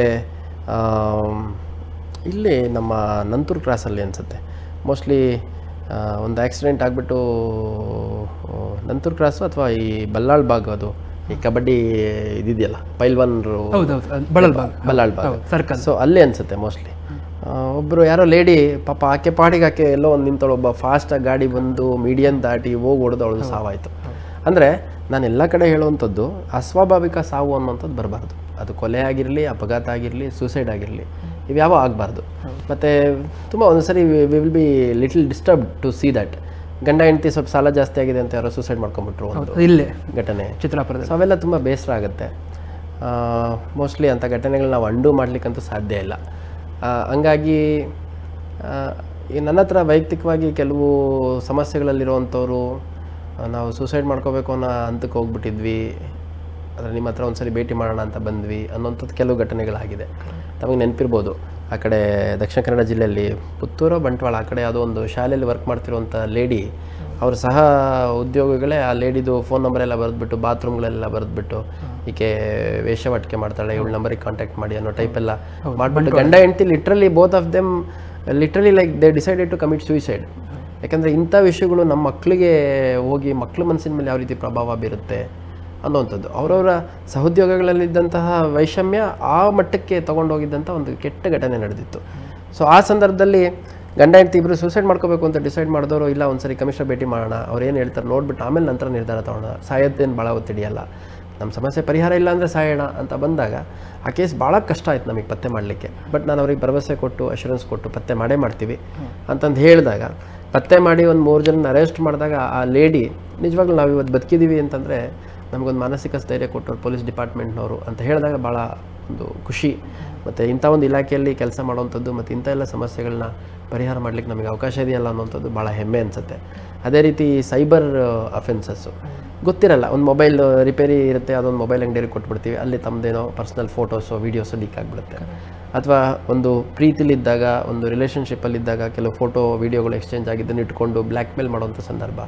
ಆ ಎಲ್ಲ ಸಂದರ್ಭಗಳಲ್ಲಿ ತುಂಬ ಚಿಕ್ಕ ವಯಸ್ಸಿನ ಹೆಣ್ಮಕ್ಳು, ಚಿಕ್ಕ ವಯಸ್ಸಿನ ಯುವತಿಯರು, ಹೆಂಗಸರು ಅಷ್ಟು ಟೆಕ್ನಿಕಲ್ ನಾಲೆಡ್ಜ್ ಇಲ್ದಿರೋವಂಥವ್ರು ಈ ಒಂದು ಟ್ರ್ಯಾಪಲ್ಲಿ ಬಿದ್ದಂಥ ಸಂದರ್ಭದಲ್ಲಿ ಅವ್ರನ್ನ ಹೊರಗಡೆ ಎತ್ತುವಂಥ ಕೆಲಸ ಏನು ನಮ್ಮ ಕೈಲಿಂದ ಸಾಧ್ಯ ಆಗುತ್ತೆ ಅದೆಲ್ಲ ತುಂಬ ಸಮಾಧಾನ ಅನಿಸುತ್ತೆ. ಹೀಗೆ ಸಮಾಧಾನ ಪಟ್ಕೊಳ್ಳಿಕ್ಕೆ ದಿನಕ್ಕೆ 2 ಕಾರಣಗಳು ಸಿಗುತ್ತೆ, ಬೇಸರ ಮಾಡ್ಕೊಳ್ಳಿಕ್ಕೂ ಅವಾಗವಾಗ ಕಾರಣ ಸಿಗ್ತಿರ್ತವೆ. ಸೊ ಒಟ್ಟಾರೆ ನಾವು ನೋಡಿದಾಗ ನಮಗೆ ನಮ್ಮ ಹಿರಿಯ ಅಧಿಕಾರಿ ಒಬ್ಬರು ಹೇಳಿದರು, ಪೊಲೀಸ್ ಇಲಾಖೆಯಲ್ಲಿ ಯಾವುದಕ್ಕೂ ನಾವು ಎಫೆಕ್ಟ್ ಆಗಬಾರ್ದು ಅಂತ. ಒಂದೇನೋ ಒಂದು ಕೆಟ್ಟ ಘಟನೆ ನಡೀತು ಅಂದಾಗ ನಾವು ಅದಕ್ಕೆ ಎಫೆಕ್ಟ್ ಆಗಬಾರ್ದು, ಒಂದು ಸ್ಥಿತಪ್ರಜ್ಞ ಸ್ಥಿತಿಲಿರಬೇಕು. ಆಮೇಲೆ ಒಂದು ವಿಟ್ನೆಸ್ ರೀತಿಯಲ್ಲಿ, ಪಕ್ಕದ ಮನೇಲಿ ಸತ್ರ ನಾವು ಅಳಲ್ವಲ್ಲ, ಬೇಸರ ವ್ಯಕ್ತಪಡಿಸ್ತೀವಿ, ಆ ರೀತಿ ಒಂದು ವಿಟ್ನೆಸ್ ಅನ್ನೋ ರೀತಿಯಲ್ಲಿ ಸಾಕ್ಷೀಕರಿಸ್ಬೇಕು ಅದನ್ನು, ಮತ್ತು ನಮ್ಮ ಕೈಲಿಂದ ಏನು ಮಾಡೋಕ್ಕಾಗತ್ತೆ ಅದನ್ನು ಮಾಡಬೇಕು ಅನ್ನೋಂಥ ಮಾತನ್ನು ಹೇಳಿದರು. ಸೊ ಅದು ನಿಜವಾಗ್ಲೂ ಭಾಳ ಒಳ್ಳೆಯ ಮಾತು, ನಮ್ಮ ಇಲಾಖೆಗೆ ಅರ್ಥಪೂರ್ಣವಾಗಿ ಅನ್ವಯಿಸುವಂಥ ಮಾತು. ಕರೆಕ್ಟ್.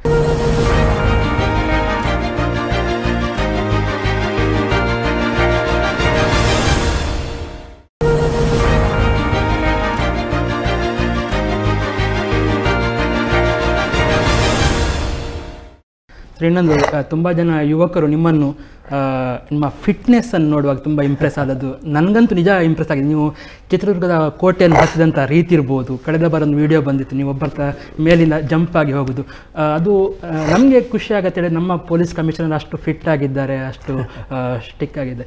ಅದು ಏನಾದರೂ ಹಿಂಟ್ಸ್ ಅಥವಾ ಏನಾದರೂ ಕ್ಲೂ ಕೊಡ್ತಿರ್ತಾರೆ ಯುವಕರಿಗೆ? ಇಲ್ಲ ನೋಡಿ, ಈಗ sound mind in a sound body ಅಂತ ಹೇಳ್ತಾರೆ. ಈಗ ನಾನು ಈ ನಮ್ಮ ಚಿತ್ರನಟಿ ವಿನಯ ಪ್ರಸಾದ್ ಅವ್ರದ್ದು ಒಂದು ಕಲಾ ಮಾಧ್ಯಮ ಅನ್ನೋ ಒಂದು ಯೂಟ್ಯೂಬ್ ಚಾನಲಲ್ಲಿ ಇಂಟರ್ವ್ಯೂ ನೋಡ್ತಾ ಇದ್ದೆ.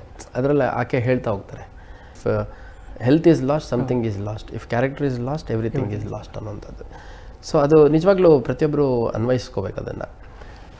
ಆರೋಗ್ಯವೇ ಭಾಗ್ಯ ಅಂತ ಕೂಡ ಹೇಳ್ತಾರೆ. ಈಗ ನಾನು ಫಿಸಿಕಲಿ ಫಿಟ್ ಇಲ್ಲ ಅಂದರೆ ನನಗೆ ಸಾಕಷ್ಟು ಸಮಸ್ಯೆಗಳು ಅದರದ್ದು ಕಾನ್ಸಿಕ್ವೆನ್ಷಿಯಲ್ ಆಗಿ ನಾನು ಫೇಸ್ ಮಾಡಬೇಕಾಗತ್ತೆ. ಈಗ ನನಗೆ ಬೆಳಗ್ಗೆ 5 ಗಂಟೆಗೆ ಎದ್ದೇಳುವಂಥ ಸಂದರ್ಭ ಬರ್ಬೋದು, ನನಗೆ ಹೆಲ್ತ್ ಕೋಆಪ್ರೇಟ್ ಮಾಡಿಲ್ಲ ಅಂದರೆ ಹಿಂಗೆ ಎದ್ದೇಳ್ತೀರಿ. ನಾನು ಗಂಟೆಗಟ್ಟಲೆ ರಸ್ತೆಯಲ್ಲಿ ನಿಂತ್ಕೊಳ್ಳೋಂಥ ಪರಿಸ್ಥಿತಿ ಬರುತ್ತೆ ನಮ್ಮ ನೌಕರಿಯಲ್ಲಿ. ಸೊ ನನಗೆ ಹೆಲ್ತ್ ಇಲ್ದಿದ್ರೆ ಏನು ಮಾಡ್ತೀರಿ? ಸೊ ಹಂಗಾಗಿ ನಾನು ಮನವಿ ಮಾಡುವಂಥದ್ದು, ಆರೋಗ್ಯ ಕಾಪಾಡ್ಕೊಳ್ಳಿ, ಮತ್ತು ಶಿಸ್ತು ಇರಬೇಕು. ಶಿಸ್ತು ಅಂದರೆ ನಾನು ಟೈಮಿಗೆ ಸರಿಯಾಗಿ ಎದ್ದೆ, ಟೈಮಿಗೆ ಸರಿಯಾಗಿ ಊಟ ಮಾಡಿದೆ, ಟೈಮಿಗೆ ಸರಿಯಾಗಿ ಮಲಗಿದೆ ಅಲ್ಲ. ಶಿಸ್ತು ಅನ್ನೋಂಥದ್ದು ಒಂದು ಕಾಂಪ್ರೆನ್ಸಿವ್ ವರ್ಡ್, ಅದು ಒಂದು ಕಾಂಪ್ರೆನ್ಸಿವ್ ಟ್ರೇಟ್. ಅದು ನಾವು ಎದ್ದೇಳೋದ್ರಲ್ಲಿ ಶಿಸ್ತಿರಬೇಕು, ಊಟದಲ್ಲಿ ಶಿಸ್ತಿರಬೇಕು, ನಾವು ಸಮಯ ಪಾಲನೆಯಲ್ಲಿ ಶಿಸ್ತಿರಬೇಕು, ನಮ್ಮ ವೇಷಭೂಷಣದಲ್ಲಿ ಶಿಸ್ತಿರಬೇಕು, ನಮ್ಮ ನಡವಳಿಕೆಯಲ್ಲಿ ಶಿಸ್ತಿರಬೇಕು, ನಾವು ನಮ್ಮ ಇಲಾಖೆಯಲ್ಲಿ ಯಾವ ರೀತಿ ನಡ್ಕೋತೀವಿ, ನಮ್ಮ ಪರಿಚಯಸ್ಥರ ನಡುವೆ ಯಾವ ರೀತಿ, ಸ್ನೇಹಿತರು ಯಾವ ರೀತಿ ನಡ್ಕೋತೀವಿ, ನಮ್ಮ ವ್ಯವಹಾರಗಳಲ್ಲಿ ನಾವು ಯಾವ ರೀತಿ ಇರ್ತೀವಿ, ನಮ್ಮ ಆರ್ಥಿಕ ಶಿಸ್ತು ಯಾವ ರೀತಿ ಇದೆ, ಅದೆಲ್ಲ ಭಾಳ ಮುಖ್ಯ ಆಗುತ್ತೆ. ಸೊ ನಾವು ಯಾರ್ಯಾರು ಒಂದು ದೊಡ್ಡ ಸಾಧಕರನ್ನು ನೋಡ್ತೀವಿ, ನಾವು ರಾಜ್ಕುಮಾರ್ ಅವ್ರದ್ದು ಜೀವನ ಚರಿತ್ರೆ ನಾವು ನೋಡಿದರೆ, ರಾಜ್ಕುಮಾರ್ ಅವರು ಒಬ್ಬ ಕಲಾವಿದ ಆಗಿ ಎಷ್ಟು ತಮ್ಮ ವೃತ್ತಿಯಲ್ಲಿ ತೊಡಗಿಸ್ಕೊಂಡಿದ್ರು, ದೈಹಿಕ ಸಾಮರ್ಥ್ಯ ಮತ್ತು ದೈಹಿಕ ಆರೋಗ್ಯಕ್ಕೋಸ್ಕರ ಅಷ್ಟೇ ಫೋಕಸ್ ಮಾಡಿದ್ರು ಅನ್ನೋಂಥದ್ದು ನಾವು ತಿಳಿದಿದ್ದೀವಿ. ಅದೇ ರೀತಿ ಸಾಕಷ್ಟು ಜನ, ನಾವು ಯೋಗ ಡೇಯಲ್ಲಿ ಕೆಲವು ವಿಡಿಯೋಗಳೆಲ್ಲ ನೋಡ್ತೀವಿ, ತುಂಬ ದೊಡ್ಡ ದೊಡ್ಡ ವ್ಯಕ್ತಿಗಳು ಅವ್ರದ್ದು ಜೀವನ ನಾವು ನೋಡಿದಂಥ ಸಂದರ್ಭದಲ್ಲಿ ಶಿಸ್ತು ಅನ್ನೋಂಥದ್ದು ಅವ್ರನ್ನ ಆ ಹಂತಕ್ಕೆ ತೊಗೊಂಡೋಗಿರುತ್ತೆ. ಸೊ ಶಿಸ್ತು ಅನ್ನೋಂಥದ್ದು ಭಾಳ ಮುಖ್ಯ. ಫಿಸಿಕಲ್ ಫಿಟ್ನೆಸ್ಸು ನಮ್ಮ ಇಲಾಖೆಗಂತೂ ಬಹಳ ಮುಖ್ಯ. ನಾನು ವೈಯಕ್ತಿಕವಾಗಿ ಹೇಳೋದಾದರೆ ಸ್ವಲ್ಪ ಫುಡ್ಡು ಅನ್ವಾಂಟೆಡ್ ಫುಡ್ಡೆಲ್ಲ ತೊಗೊಳೋದಿಲ್ಲ. ಈಗ ಕೆಲವು ಸರಿ ಭಾಳ ಏನಾದರೂ ನನಗೆ ರೈಸ್ ಐಟಮ್ಸ್ ತುಂಬ ಇಷ್ಟ, ರೈಸ್ ಐಟಮ್ ತುಂಬ ಟೇಸ್ಟಿಯಾಗಿದ್ದಾಗ ಸ್ವಲ್ಪ ಜಾಸ್ತಿ ತಿನ್ಬೋದು, ಬಟ್ ಐ ಕಾಂಪನ್ಸೇಟ್ ದ್ಯಾಟ್. ಅಂದರೆ generally I follow 2 meals a day. ಬೆಳಗ್ಗೆ ತಿಂಡಿ ಚೆನ್ನಾಗಿಲ್ಲ ಅಂದರೆ ಮಧ್ಯಾಹ್ನ ಊಟ ಮಾಡ್ತೀನಿ, ತಿಂಡಿ ಚೆನ್ನಾಗಾಯ್ತು ಅಂದರೆ ಮಧ್ಯಾಹ್ನ ಊಟ ಸ್ಕಿಪ್ ಮಾಡಿಬಿಟ್ಟು ರಾತ್ರಿ ಊಟ ಮಾಡ್ತೀನಿ. ಆಮೇಲೆ ಈ ಫಾಸ್ಟ್ ಫುಡ್ಡು ಮತ್ತು ಈ ಏನಂತಾರೆ ಅದಕ್ಕೆ ಸ್ಪೈಸಿ ಫಾಸ್ಟ್ ಫುಡ್ ಏನಿದೆ ಅದನ್ನೆಲ್ಲ ಸ್ವಲ್ಪ ಅವಾಯ್ಡ್ ಮಾಡ್ತೀನಿ. ಮತ್ತು ವಾಕಿಂಗ್ ಮೇನ್ ನಾನು ಮಾಡೋವಂಥದ್ದು, ಸೈಕ್ಲಿಂಗು ಅವಾಗವಾಗ ಮಾಡ್ತೀನಿ. ಜಿಮ್ಗೆ ಹೋಗ್ತಾಯಿದ್ದೆ, ಮಂಗ್ಳೂರಿಗೆ ಹೋದ್ಮೇಲೆ ಬಂದಮೇಲೆ ಜಿಮ್ಗೆ ಹೋಗುವಂಥದ್ದು ಸಾಧ್ಯ ಆಗಿಲ್ಲ. ಮತ್ತು ಚಿತ್ರದುರ್ಗದ ಕೋಟೆ ಹತ್ತಿದ್ದು ನಮ್ಮೂರಲ್ಲ, ಸೊ ಚಿತ್ರದುರ್ಗದ ಕೋಟೆ ಬಗ್ಗೆ ನಮಗೊಂದು ಅವಿನಾಭಾವ ಸಂಬಂಧ ಇದೆ. ಚಿತ್ರದುರ್ಗದ ಬಗ್ಗೆನೇ ಮಂಗಳೂರಿಗರಲ್ಲಿ ಯಾವ ರೀತಿ ತುಳುನಾಡು ಬಗ್ಗೆ, ತುಳು ಭಾಷೆ ಬಗ್ಗೆ ಮತ್ತು ನಾವು ಮಂಗಳೂರಿಗರು ಅನ್ನೋ ಒಂದು ಪ್ರೌಡ್ ಫೀಲಿಂಗ್ ಇದೆ, ಪ್ರೈಡ್ ಇದೆ, ಅದು ಸಿಮಿಲರ್ ಫೀಲಿಂಗ್ ನನಗೆ ನಮ್ಮ ಚಿತ್ರದುರ್ಗದ ಬಗ್ಗೆ ಇದೆ. ಚಿತ್ರದುರ್ಗದ ಕೋಟೆಗೆ ಹೋದಂಥ ಸಂದರ್ಭದಲ್ಲಿ ನಾನು ಯಾವಾಗಾದರೂ ಫೋಟೋ ವೀಡಿಯೋ ಮಾಡಾಕೋದೇನಕ್ಕೆ ಅಂತಂದರೆ 4 ಜನಕ್ಕೆ ರೀಚ್ ಆಗಲಿ, ಯಾಕೆಂದರೆ ಇನ್ಸ್ಪಿರೇಷನ್ ಬರಲಿ. ಯಾಕೆಂದರೆ ಚಿತ್ರದುರ್ಗದಂಥ ಬ್ಯೂಟಿಫುಲ್ ಕೋಟೆ ಕರ್ನಾಟಕದಲ್ಲಿ ಇನ್ನೊಂದಿಲ್ಲ, ಇಡೀ ದೇಶದಲ್ಲೇ ಒಂದು ಭಾಳ ಶ್ರೀಮಂತಿಕೆ ಮತ್ತು ಭಾಳ ನೋಡಲಿಕ್ಕೆ ಅವಕಾಶ ಇರುವಂಥದ್ದು, ತಿಳ್ಕೊಳ್ಲಿಕ್ಕೆ ಅವಕಾಶ ಇರುವಂಥ ಕೋಟೆಗಳಲ್ಲಿ ನಮ್ಮ ಚಿತ್ರದುರ್ಗ ಕೂಡ ಒಂದು. ಸೊ ಅದನ್ನು ನೋಡಿದವರೇ, ಈಗ ಬಲ್ಲವನೇ ಬಲ್ಲ ಬೆಲ್ಲದ ರುಚಿ ಅಂತ ಒಂದು ಮಾತು ಹೇಳ್ತಾರೆ, ಆ ರೀತಿ ಚಿತ್ರದುರ್ಗ ಕೋಟೆ ನೋಡಿದವ್ರಿಗೆ ಮಾತ್ರ ಗೊತ್ತಾಗುತ್ತೆ ಅದು ಎಷ್ಟು ಚೆನ್ನಾಗಿದೆ ಅನ್ನೋಂಥದ್ದು. ಸೊ ಅದನ್ನು ನೋಡಲಿ ಅನ್ನೋ ಉದ್ದೇಶಕ್ಕೆ ಹಾಕಿದ್ದು. ಮತ್ತು ಫಿಟ್ನೆಸ್ಸಿಂದ ಇವಾಗ ಪೊಲೀಸ್ ಆಫೀಸರ್ ಅಂದಾಗ 4 ಜನ ಫಾಲೋ ಮಾಡ್ತಾ ಇರ್ತಾರೆ, 4 ಜನ ನೋಡ್ತಾ ಇರ್ತಾರೆ ಇವ್ರು ಯಾವ ರೀತಿ.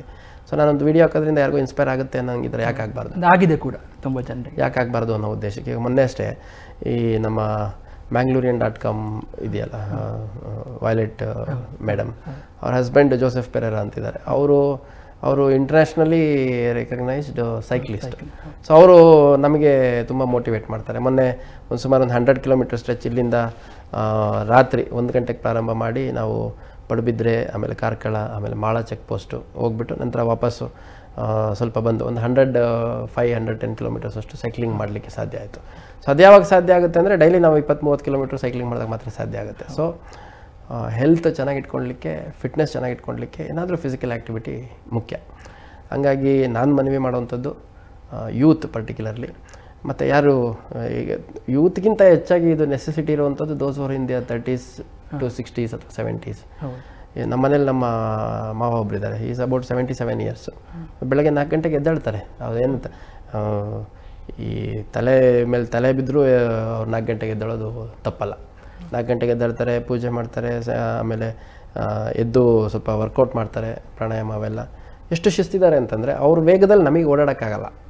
ಹೌದು, ಶಿಸ್ತು ಮುಖ್ಯ ಅಂತ. ಹೌದು, ಶಿಸ್ತು ಮುಖ್ಯ, ಆರೋಗ್ಯ ಭಾಳ ಮುಖ್ಯ. ಆರೋಗ್ಯ ಚೆನ್ನಾಗಿದ್ದರೆ ಬೇರೆ ಎಲ್ಲ. ಕರೆಕ್ಟ್. ಸೊ ಆರೋಗ್ಯಕ್ಕೆ ಪ್ರಮುಖ ದಾರಿ ಅಂತಂದರೆ good life style. Correct. Yes sir, ತುಂಬ ಜನ ನೀವು ಅಂತ ಹೇಳಿದಾಗ ಒಂದು ಹಾಡು ನಿರೀಕ್ಷೆ ಮಾಡ್ತಾರೆ. ಏನಾದರೂ ಒಂದು 2 ಸೆಂಟೆನ್ಸ್ ಹೇಳಲಿಕ್ಕೆ ಸಾಧ್ಯನಾ ಸರ್? ಇಲ್ಲ, ಹಾಡು ಹೇಳಲಿಕ್ಕೆ ಒಂದು ಕೆಲಸ ಮಾಡೋಣ. ಮುಂದಿನ ದಿನಗಳಲ್ಲಿ ನಾನಷ್ಟೇ ಅಲ್ಲ, ನಮ್ಮ ಇಲಾಖೆಯಲ್ಲಿ ಭಾಳಷ್ಟು ಜನ ಒಳ್ಳೆ ಹಾಡುಗಾರರಿದ್ದಾರೆ. ಸೊ ನೀವೇ ಒಂದು ವೇದಿಕೆಯನ್ನು ನಿರ್ಮಾಣ ಮಾಡಿಕೊಡಿ. ನಮ್ಮ ಒಂದು 10-12 ಜನ ಒಳ್ಳೆ ಸಿಂಗರ್ಸ್ನ ಫೆಸಿಲಿಟೇಟ್ ಮಾಡಿ ಕರ್ಕೊಂಬರ್ತೀನಿ. ನಮ್ಮ ಚಾನಲ್ ಒಂದು ಪ್ರೋಗ್ರಾಮೇ ಮಾಡೋಣ ಅಂತ. ಯಾಕಂದರೆ ನಮ್ಮಲ್ಲಿ ನಾನು ಹಾಡಿದರೆ ಅದು 4 ಜನಕ್ಕೆ ಬೇಗ ರೀಚ್ ಆಗುತ್ತೆ. ಬಟ್ ನನಗಿಂತ ತುಂಬ ಚೆನ್ನಾಗಿ ಹಾಡೋಂಥ ಭಾಳಷ್ಟು ಜನ ಅಧಿಕಾರಿಗಳು, ಸಿಬ್ಬಂದಿಗಳು ನಮ್ಮಲ್ಲಿದ್ದಾರೆ. ಸೊ ಅದು ಪ್ರತ್ಯೇಕವಾಗಿ ಇನ್ನೊಂದು ಕಾರ್ಯಕ್ರಮ ಹಾಡೋಣ. ಯಾಕಂದರೆ ಯೂನಿಫಾರ್ಮಲ್ಲಿ ಇದ್ದೀನಿ, it may not look that appropriate. But definitely ನಮ್ಮ ಟಿ ವಿ ಸಾಕಷ್ಟು ಕಾರ್ಯಕ್ರಮಗಳನ್ನು ನಾನು ನೋಡಿದ್ದೀನಿ, ಸಾಕಷ್ಟು ಇಂಟರ್ವ್ಯೂಸನ್ನು ನೋಡಿದ್ದೀನಿ. ಮತ್ತು ನಮ್ಮಲ್ಲಿ ಯಾವುದೇ ಒಂದು ಘಟನೆಗಳು ನಡೆದಂಥ ಸಂದರ್ಭದಲ್ಲಿ, ಇದರಲ್ಲಿ ಚರ್ಚೆಗೆ ಬಂದಂಥ ಸಂದರ್ಭದಲ್ಲಿ ಏನು ಹೇಳ್ತಿದ್ದಾರೆ, ವ್ಯೂ ಪಾಯಿಂಟ್ ಏನಿದೆ, ಈ ಲೋಕಲ್ ಪಲ್ಸ್ ಏನಿದೆ ಅಂತ ತಿಳ್ಕೊಳೋದಕ್ಕೆ ಇಲ್ಲಿರುವಂಥ ಕೆಲವು ನ್ಯೂಸ್ ಚಾನಲ್ಸು ತುಂಬ ಮಹತ್ವವಾದಂಥ ಕೆಲಸ ಮಾಡಿದ್ದಾರೆ. ಸೊ ಹಂಗಾಗಿ ನಮ್ಮ ಟಿ ವಿ ಆಡಿಯನ್ಸ್ ಯಾರಿದ್ದೀರಿ, ಪ್ರೇಕ್ಷಕರು ಎಲ್ಲರಿಗೂ ನಾನು ವೈಯಕ್ತಿಕವಾಗಿ ಮತ್ತು ನಮ್ಮ ಮಂಗಳೂರು ಸಿಟಿ ಪೊಲೀಸ್ ಇಲಾಖೆ ಎಲ್ಲ ಅಧಿಕಾರಿ ಸಿಬ್ಬಂದಿಗಳ ಪರವಾಗಿ ನಾನು ಹೊಸ ವರ್ಷದ ಶುಭಾಶಯಗಳನ್ನ ಹೇಳಲಿಕ್ಕೆ ಇಷ್ಟಪಡ್ತೇನೆ. ಸರ್, ನಿಮ್ದು ಏನಾದರೂ ವೈಯಕ್ತಿಕ ಹೊಸ ವರ್ಷದ ರೆಸೊಲ್ಯೂಷನ್ ಏನಾದರೂ ಉಂಟಾ ಸರ್? 23 ಹೀಗಿರಬೇಕು ಅಂತೇಳಿ? ಇಲ್ಲ, ಹೊಸ ವರ್ಷದ ರೆಸೊಲ್ಯೂಷನ್ ಅಂತ ಏನು ಅದ್ರ ಬಗ್ಗೆ ಥಿಂಕ್ ಮಾಡಿಲ್ಲ ಆ್ಯಕ್ಚುಲಿ.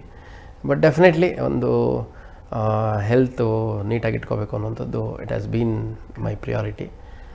ಮತ್ತು ಮುಂದೆ as and when time comes will decide upon it. ಕೊನೆಯದಾಗಿ ನಮ್ಮ ವೀಕ್ಷಕರಿಗೆ ಮತ್ತು ವಿದ್ಯಾರ್ಥಿಗಳಿಗೆ ಅಥವಾ ಓವರಾಲ್ ಆಗಿ ಈ ಇಲಾಖೆಯನ್ನು, ಪೊಲೀಸ್ ಇಲಾಖೆಯನ್ನು ಸೇರಬೇಕು ಅಂತ ಆಸೆ ಪಡ್ತಿರುವಂಥ ಯುವಕರಿಗೆ ಏನಾದರೂ ಸಂದೇಶ, ಕಿವಿ ಮಾತು ಹೇಳ್ತೀರಾ ಸರ್? ಇಲ್ಲ, ನಾನು ಎಲ್ಲ ಕಡೆ ಒಂದು 3-4 ವಿಷಯ ಹೇಳ್ತೀನಿ. ಒಂದು, ಟೈಮನ್ನು ರೆಸ್ಪೆಕ್ಟ್ ಮಾಡಿ. ಸಮಯವನ್ನು ಯಾರು ಗೌರವಿಸ್ತಾರೋ ಕಾಲ ಅವರಿಗೆ, ಸಮಯ ಅವ್ರಿಗೆ ಗೌರವಿಸುತ್ತೆ. ಈಗ ನನಗಿಂತ ತುಂಬ ಟ್ಯಾಲೆಂಟ್ ಇದ್ದಂಥವ್ರು ಭಾಳ ಜನ ಯಾವುದೂ ಕೆಲಸ ಇಲ್ಲದಲ್ಲೇ ನಿರುದ್ಯೋಗಿಗಳು ಕೂಡ ಆಗಿರ್ಬೋದು. ಸೊ ಪ್ರಾಬಬ್ಲಿ ನಾನು ಆ ಒಂದು ಟೈಮಲ್ಲಿ ಎಜುಕೇಷನ್ ಬಗ್ಗೆ, ಪ್ರಿಪ್ರೇಷನ್ ಬಗ್ಗೆ, ಕಾಂಪಿಟೇಟಿವ್ ಎಕ್ಸಾಮ್ಸ್ ಬಗ್ಗೆ ಫೋಕಸ್ ಮಾಡಿದ್ದಕ್ಕೆ ನಾನು ಈ ಹಂತಕ್ಕೆ ಬರಲಿಕ್ಕೆ ಸಾಧ್ಯ ಆಯಿತು ಒಂದು. ಅದೇ ರೀತಿ ಹಾರ್ಡ್ ವರ್ಕಿಗೆ ಯಾವುದೇ ಒಂದು ಕಟ್ ರೂಟ್ ಇಲ್ಲ, ಶಾರ್ಟ್ ಕಟ್ ಇಲ್ಲ. ಸಕ್ಸಸ್ಸಿಗೆ ದಾರಿ ಅಂತಂದರೆ ಹಾರ್ಡ್ ವರ್ಕ್, ಯಶಸ್ಸಿಗೆ ದಾರಿ ಅಂದರೆ ಶ್ರಮ. ಕೆಲವರು because of some extraneous factors successful ಆಗಿಬಿಟ್ಟಿರ್ತಾರೆ without hard work also at times. But ಆ ಒಂದು ಯಶಸ್ವಿಯಾಗಿರುವಂಥ ದಾರಿಲಿ ಉಳ್ಕೋಬೇಕು ಅಂದರೆ ಅವರು ಶ್ರಮ ಪಡಬೇಕಾಗತ್ತೆ. ಉದಾಹರಣೆ ಅಂದರೆ ಒಂದು ಫೈನಾನ್ಷಿಯಲಿ ವೆಲ್ ಆಫ್ ಇರ್ತಾರೆ, ಅವರು ಪೇಮೆಂಟ್ ಸೀಟ್ ಮೆಡಿಸಿನ್ ಹೋಗಲಿಕ್ಕೆ ಅವಕಾಶ ಇರುತ್ತೆ, ಹೋಗ್ತಾರೆ. ಇವಾಗ ವೆಲ್ ಎಸ್ಟಾಬ್ಲಿಷ್ಡ್ ಒಂದು ಆಫೀಸ್ ಇರುತ್ತೆ, ಅದನ್ನು ರನ್ ಮಾಡೋದಕ್ಕೆ ಅವ್ರೇನು ಭಾಳ ರನ್ ಮಾಡೋದಕ್ಕೆ ಅನ್ನೋದಕ್ಕಿಂತ ಅಲ್ಲೋ ಕುತ್ಕೊಳ್ಳಿಕ್ಕೆ ಅವ್ರೇನು ಶ್ರಮ ಪಡಬೇಕಾಗಿಲ್ಲ. ಬೈ ಡಿಫಾಲ್ಟ್ ಇಂಥವ್ರ ಮಗ, ಇಂಥವ್ರ ಅಳಿಯ, ಇಂಥವ್ರ ಸೊಸೆ, ಇಂಥವ್ರ ಮಕ್ಕಳು ಅನ್ನೋದ್ರಿಂದ ಹೋಗಿ ಕುತ್ಕೊಂಡು, ಆದರೆ ಅದನ್ನು ಕ್ಯಾರಿ ಮಾಡಲಿಕ್ಕೆ ಅದು ಬೇಕು, ಕಷ್ಟ. ಶ್ರಮ ಯಶಸ್ವಿಯಾಗಿರೋರೆಲ್ಲರೂ ಶ್ರಮ ಪಟ್ಟಿರಲೇಬೇಕು ಅಂತಲ್ಲ, ಆ ಯಶಸ್ಸನ್ನು ಮುಂದುವರ್ಸ್ಕೊಳ್ಳಲಿಕ್ಕೆ ಶ್ರಮ ಬೇಕು. ಅದೇ ರೀತಿ ಶ್ರಮ ಪಟ್ಟಿರೋ ಪ್ರತಿಯೊಬ್ಬರು ಕೂಡ ಯಶಸ್ವಿ ಆಗ್ತಾರೆ. ಯಾವುದೇ ಇರ್ಬೋದು. ಒಬ್ಬ ರೈತ ಶ್ರಮಪಟ್ಟ ಅಂದರೆ ರಿಸಲ್ಟ್ ಬರುತ್ತೆ, ಒಬ್ಬ ಕೂಲಿ ಕಾರ್ಮಿಕ ಶ್ರಮಪಟ್ಟರು ಅದಕ್ಕೆ ರಿಸಲ್ಟ್ ಬರುತ್ತೆ, ಒಬ್ಬ ವಿದ್ಯಾರ್ಥಿ ಶ್ರಮಪಟ್ಟ ಅಂದರೆ ಒಳ್ಳೆ ರಿಸಲ್ಟ್ ಬರುತ್ತೆ, ಟೀಚರ್ ಶ್ರಮಪಟ್ಟರೆ ಮಕ್ಕಳಲ್ಲಿ ಒಳ್ಳೆ ರಿಸಲ್ಟ್ ಬರುತ್ತೆ. ಸೊ ಈ 2 ವಿಷಯಗಳನ್ನ ನಾನು ಯಾವಾಗಲೂ ಹೇಳ್ತಾ ಇರ್ತೀನಿ. ಮತ್ತು ವಿದ್ಯಾರ್ಥಿಗಳಿಗೆ ಹೇಳೋದಾದರೆ ನಿಮಗೆ ಯಾವಾಗಲೂ ಏನು ಮಾಡಬೇಕು ಅನ್ನೋದು ಒಂದು ನಿರ್ದಿಷ್ಟವಾದ ಗುರಿ ಇರಬೇಕು. ಆ ಗುರಿ ಕಡೆಗೆ ನಿಮ್ಮನ್ನು ಕರ್ಕೊಂಡು ಹೋಗಲಿಕ್ಕೆ ಮಾರ್ಗದರ್ಶನ ನೀಡಲಿಕ್ಕೆ ಒಬ್ಬ ಸರಿಯಾದ ಗುರು ಇರ್ಬೋದು. ಆ ಗುರು ಅನ್ನೋಂಥವನು ಯಾವುದೋ ಕೋಚಿಂಗ್ ಇನ್ಸ್ಟಿಟ್ಯೂಟೇ ಆಗ್ಬೋದು, ಅಥವಾ ಯಾರೋ ಫ್ಯಾಕಲ್ಟಿ ಆಗ್ಬೋದು, ನಿಮ್ಮ ಫ್ರೆಂಡ್ಸ್ ಆಗ್ಬೋದು, ಸೀನಿಯರ್ ಫ್ರೆಂಡ್ಸ್ ಆಗ್ಬೋದು, ಅಥವಾ ಯಾರಾದರೂ ಎಕ್ಸಾಮ್ಸ್ಗಳಲ್ಲಿ ಕ್ಲಿಯರ್ ಮಾಡಿರೋಂಥ ವ್ಯಕ್ತಿಗಳಿರ್ಬೋದು. ಯಾರು ಅಂತ ಐಡೆಂಟಿಫೈ ಮಾಡ್ಕೊಳ್ಳಿ. ಒಂದು ವಿಷಯ ನೆನಪಲ್ಲಿ ಇಟ್ಕೋಬೇಕು, ಮಂಗಳೂರಿಂದ ಬೆಂಗಳೂರು 400 ಕಿಲೋಮೀಟ್ರ್ ಇದೆ ಅಂತಂದರೆ ನಾನು ಬೆಂಗಳೂರಿಗೆ ಹೋಗಬೇಕು ಅನ್ನೋ ಉದ್ದೇಶ ಇದ್ದರೆ ನನಗೊಂದು ಗೂಗಲ್ ಮ್ಯಾಪ್ ಕೂಡ ನನಗೆ ಗುರು ಆಗುತ್ತೆ. ಆ ಗುರಿ ನಾನು ಬೆಂಗಳೂರಿಗೆ ಹೋಗಬೇಕು ಅನ್ನೋದು ಇಲ್ದಲೆ, ಅಥವಾ ನಾವು ಯಾವ ರೂಟಲ್ಲಿ ಹೋಗಬೇಕು ಅನ್ನೋದು ಕ್ಲಾರಿಟಿ ಇಲ್ದಲೆ 400 ಕಿಲೋಮೀಟ್ರ್ ನಾನು ಟ್ರಾವೆಲ್ ಮಾಡ್ತೀನಿ. ಉಡುಪಿಗೆ ಹೋಗಿ ಬರ್ತೀನಿ 100 ಕಿಲೋಮೀಟ್ರ್ ಆಗುತ್ತೆ, ಕಾರ್ಕಳಕ್ಕೆ ಹೋಗಿ ಬರ್ತೀನಿ 120 ಕಿಲೋಮೀಟ್ರ್ ಆಗುತ್ತೆ, 220 ಆಯಿತು.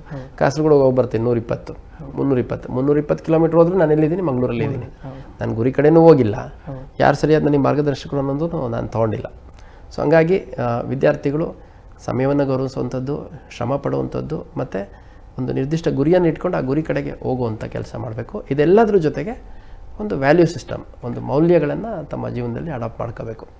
ಯಾಕಂದರೆ ಯಾರು ಎಷ್ಟೇ ಯಶಸ್ವಿ ವ್ಯಕ್ತಿ ಆದ್ರೂ ಕೂಡ ಅವನಲ್ಲಿ ಮೌಲ್ಯಗಳಿಲ್ಲ ಅಂತಂದರೆ ಸೊ ಪ್ರಾಬಬ್ಲಿ ಅವನಿಗಿಂತ ದೊಡ್ಡ ಫೇಲ್ಯೂರ್ ಇನ್ನೊಬ್ಬ ಇರಲಿಕ್ಕಿಲ್ಲ, ಅಥವಾ ಆ ವ್ಯಕ್ತಿಗಿಂತ ಇನ್ನೊಬ್ಬರು ಇರಲಿಕ್ಕಿಲ್ಲ. ಹಾಗಾಗಿ ಈ ಎಲ್ಲ ಅಂಶಗಳನ್ನು ಗಮನದಲ್ಲಿ ಇಟ್ಕೊಂಡ್ರೆ ಡೆಫಿನೆಟ್ಲಿ ತಾವು ತಮ್ಮ ಕುಟುಂಬಕ್ಕೆ ಈ ಮನೆಗೆ ಮಾರಿ ಊರಿಗೆ ಉಪಕಾರಿ ಅನ್ನೋಂಗೂ ಆಗಬಾರ್ದು. ಫಸ್ಟ್ ಮೊಟ್ಟ ಮೊದಲನೇದಾಗಿ ನೀವು ಹುಟ್ಟು ಬೆಳೆದಿದ್ದ ಮನೆಗೆ ನಿಮ್ಮಿಂದ ಉಪಯುಕ್ತತೆ ಕಾಣಬೇಕು, ನಂತರ ತಾವು ವಾಸ ಮಾಡುವಂಥ ಊರಿಗೆ, ನಂತರ ದೇಶಕ್ಕೆ. ಆಟೋಮೆಟಿಕ್ಕಾಗಿ ಅವೆಲ್ಲ ಕ್ಯಾಸ್ಕೇಡಿಂಗ್ ಎಫೆಕ್ಟ್ ಇದ್ದಂಗೆ. If you are a responsible person by yourself, you are going to be a responsible person for the family, for the society, for the state and for the country also. ಅದಾಗದಲೇ ಸುಮ್ಮನೆ ಏನೋ ಒಂದು ಇಲ್ಲಿ ಮಂಗಳೂರಲ್ಲಿ use ಮಾಡ್ತಾರೆ ಪದ, ಸುಮ್ಮನೆ ಒಟ್ರಾಸಿ life lead ಮಾಡ್ತೀನಿ ಅನ್ನಂಗೆ ಆಗಬಾರ್ದು ಅನ್ನೋದು ನನ್ನ ಅಭಿಪ್ರಾಯ. Yes, okay, thank you very much sir. ಇಷ್ಟೊತ್ತು ನಮ್ಮೊಟ್ಟಿಗೆ ತಾವು ನಿಮ್ಮ ಮನಸ್ಸಿನ ಅಂದರೆ 2 ವರ್ಷಗಳಲ್ಲಿ ಹೆಜ್ಜೆ ಹೆಜ್ಜೆಯನ್ನು ಕೂಡ ವಿವರಿಸಿದ್ದೀರಿ, ಬಹಳ ಮನಮುಟ್ಟುವಂತೆ ಅದನ್ನು ಅರ್ಥ ಮಾಡಿಕೊಂಡು ವಿಶ್ಲೇಷಿಸಿರಿ. ಥ್ಯಾಂಕ್ ಯು ವೆರಿ ಮಚ್ ನಮ್ಮೊಟ್ಟಿಗೆ ಮತ್ತು ನಮ್ಮ ವೀಕ್ಷಕರಿಗೋಸ್ಕರ ನಮ್ಮ ಸ್ಟುಡಿಯೋಗೆ ಬಂದು ನಿಮ್ಮ ಮನಸ್ಸಿನ ಆಳದ ಅನುಭವಗಳನ್ನು ಹಂಚಿಕೊಳ್ಳೋಕ್ಕೆ thank you very much sir. Thank you sir. ಮತ್ತೊಮ್ಮೆ ನಮ್ಮ ಟಿ ವಿ ಎಲ್ಲ ಪ್ರೇಕ್ಷಕರಿಗೂ ನಾನು ಹೊಸ ವರ್ಷದ ಶುಭಾಶಯಗಳನ್ನ ತಿಳಿಸ್ಲಿಕ್ಕೆ ಇಷ್ಟಪಡ್ತೀನಿ. 2023 ತಮಗೆ ಆಯುರಾರೋಗ್ಯ, ಐಶ್ವರ್ಯ, ಸುಖ, ಶಾಂತಿ, ನೆಮ್ಮದಿ ಆ ದೇವರು ಕರುಣಿಸಲಿ ಅಂತ ನಾನು ಬೇಡ್ಕೊತೀನಿ. ನಮಸ್ಕಾರ.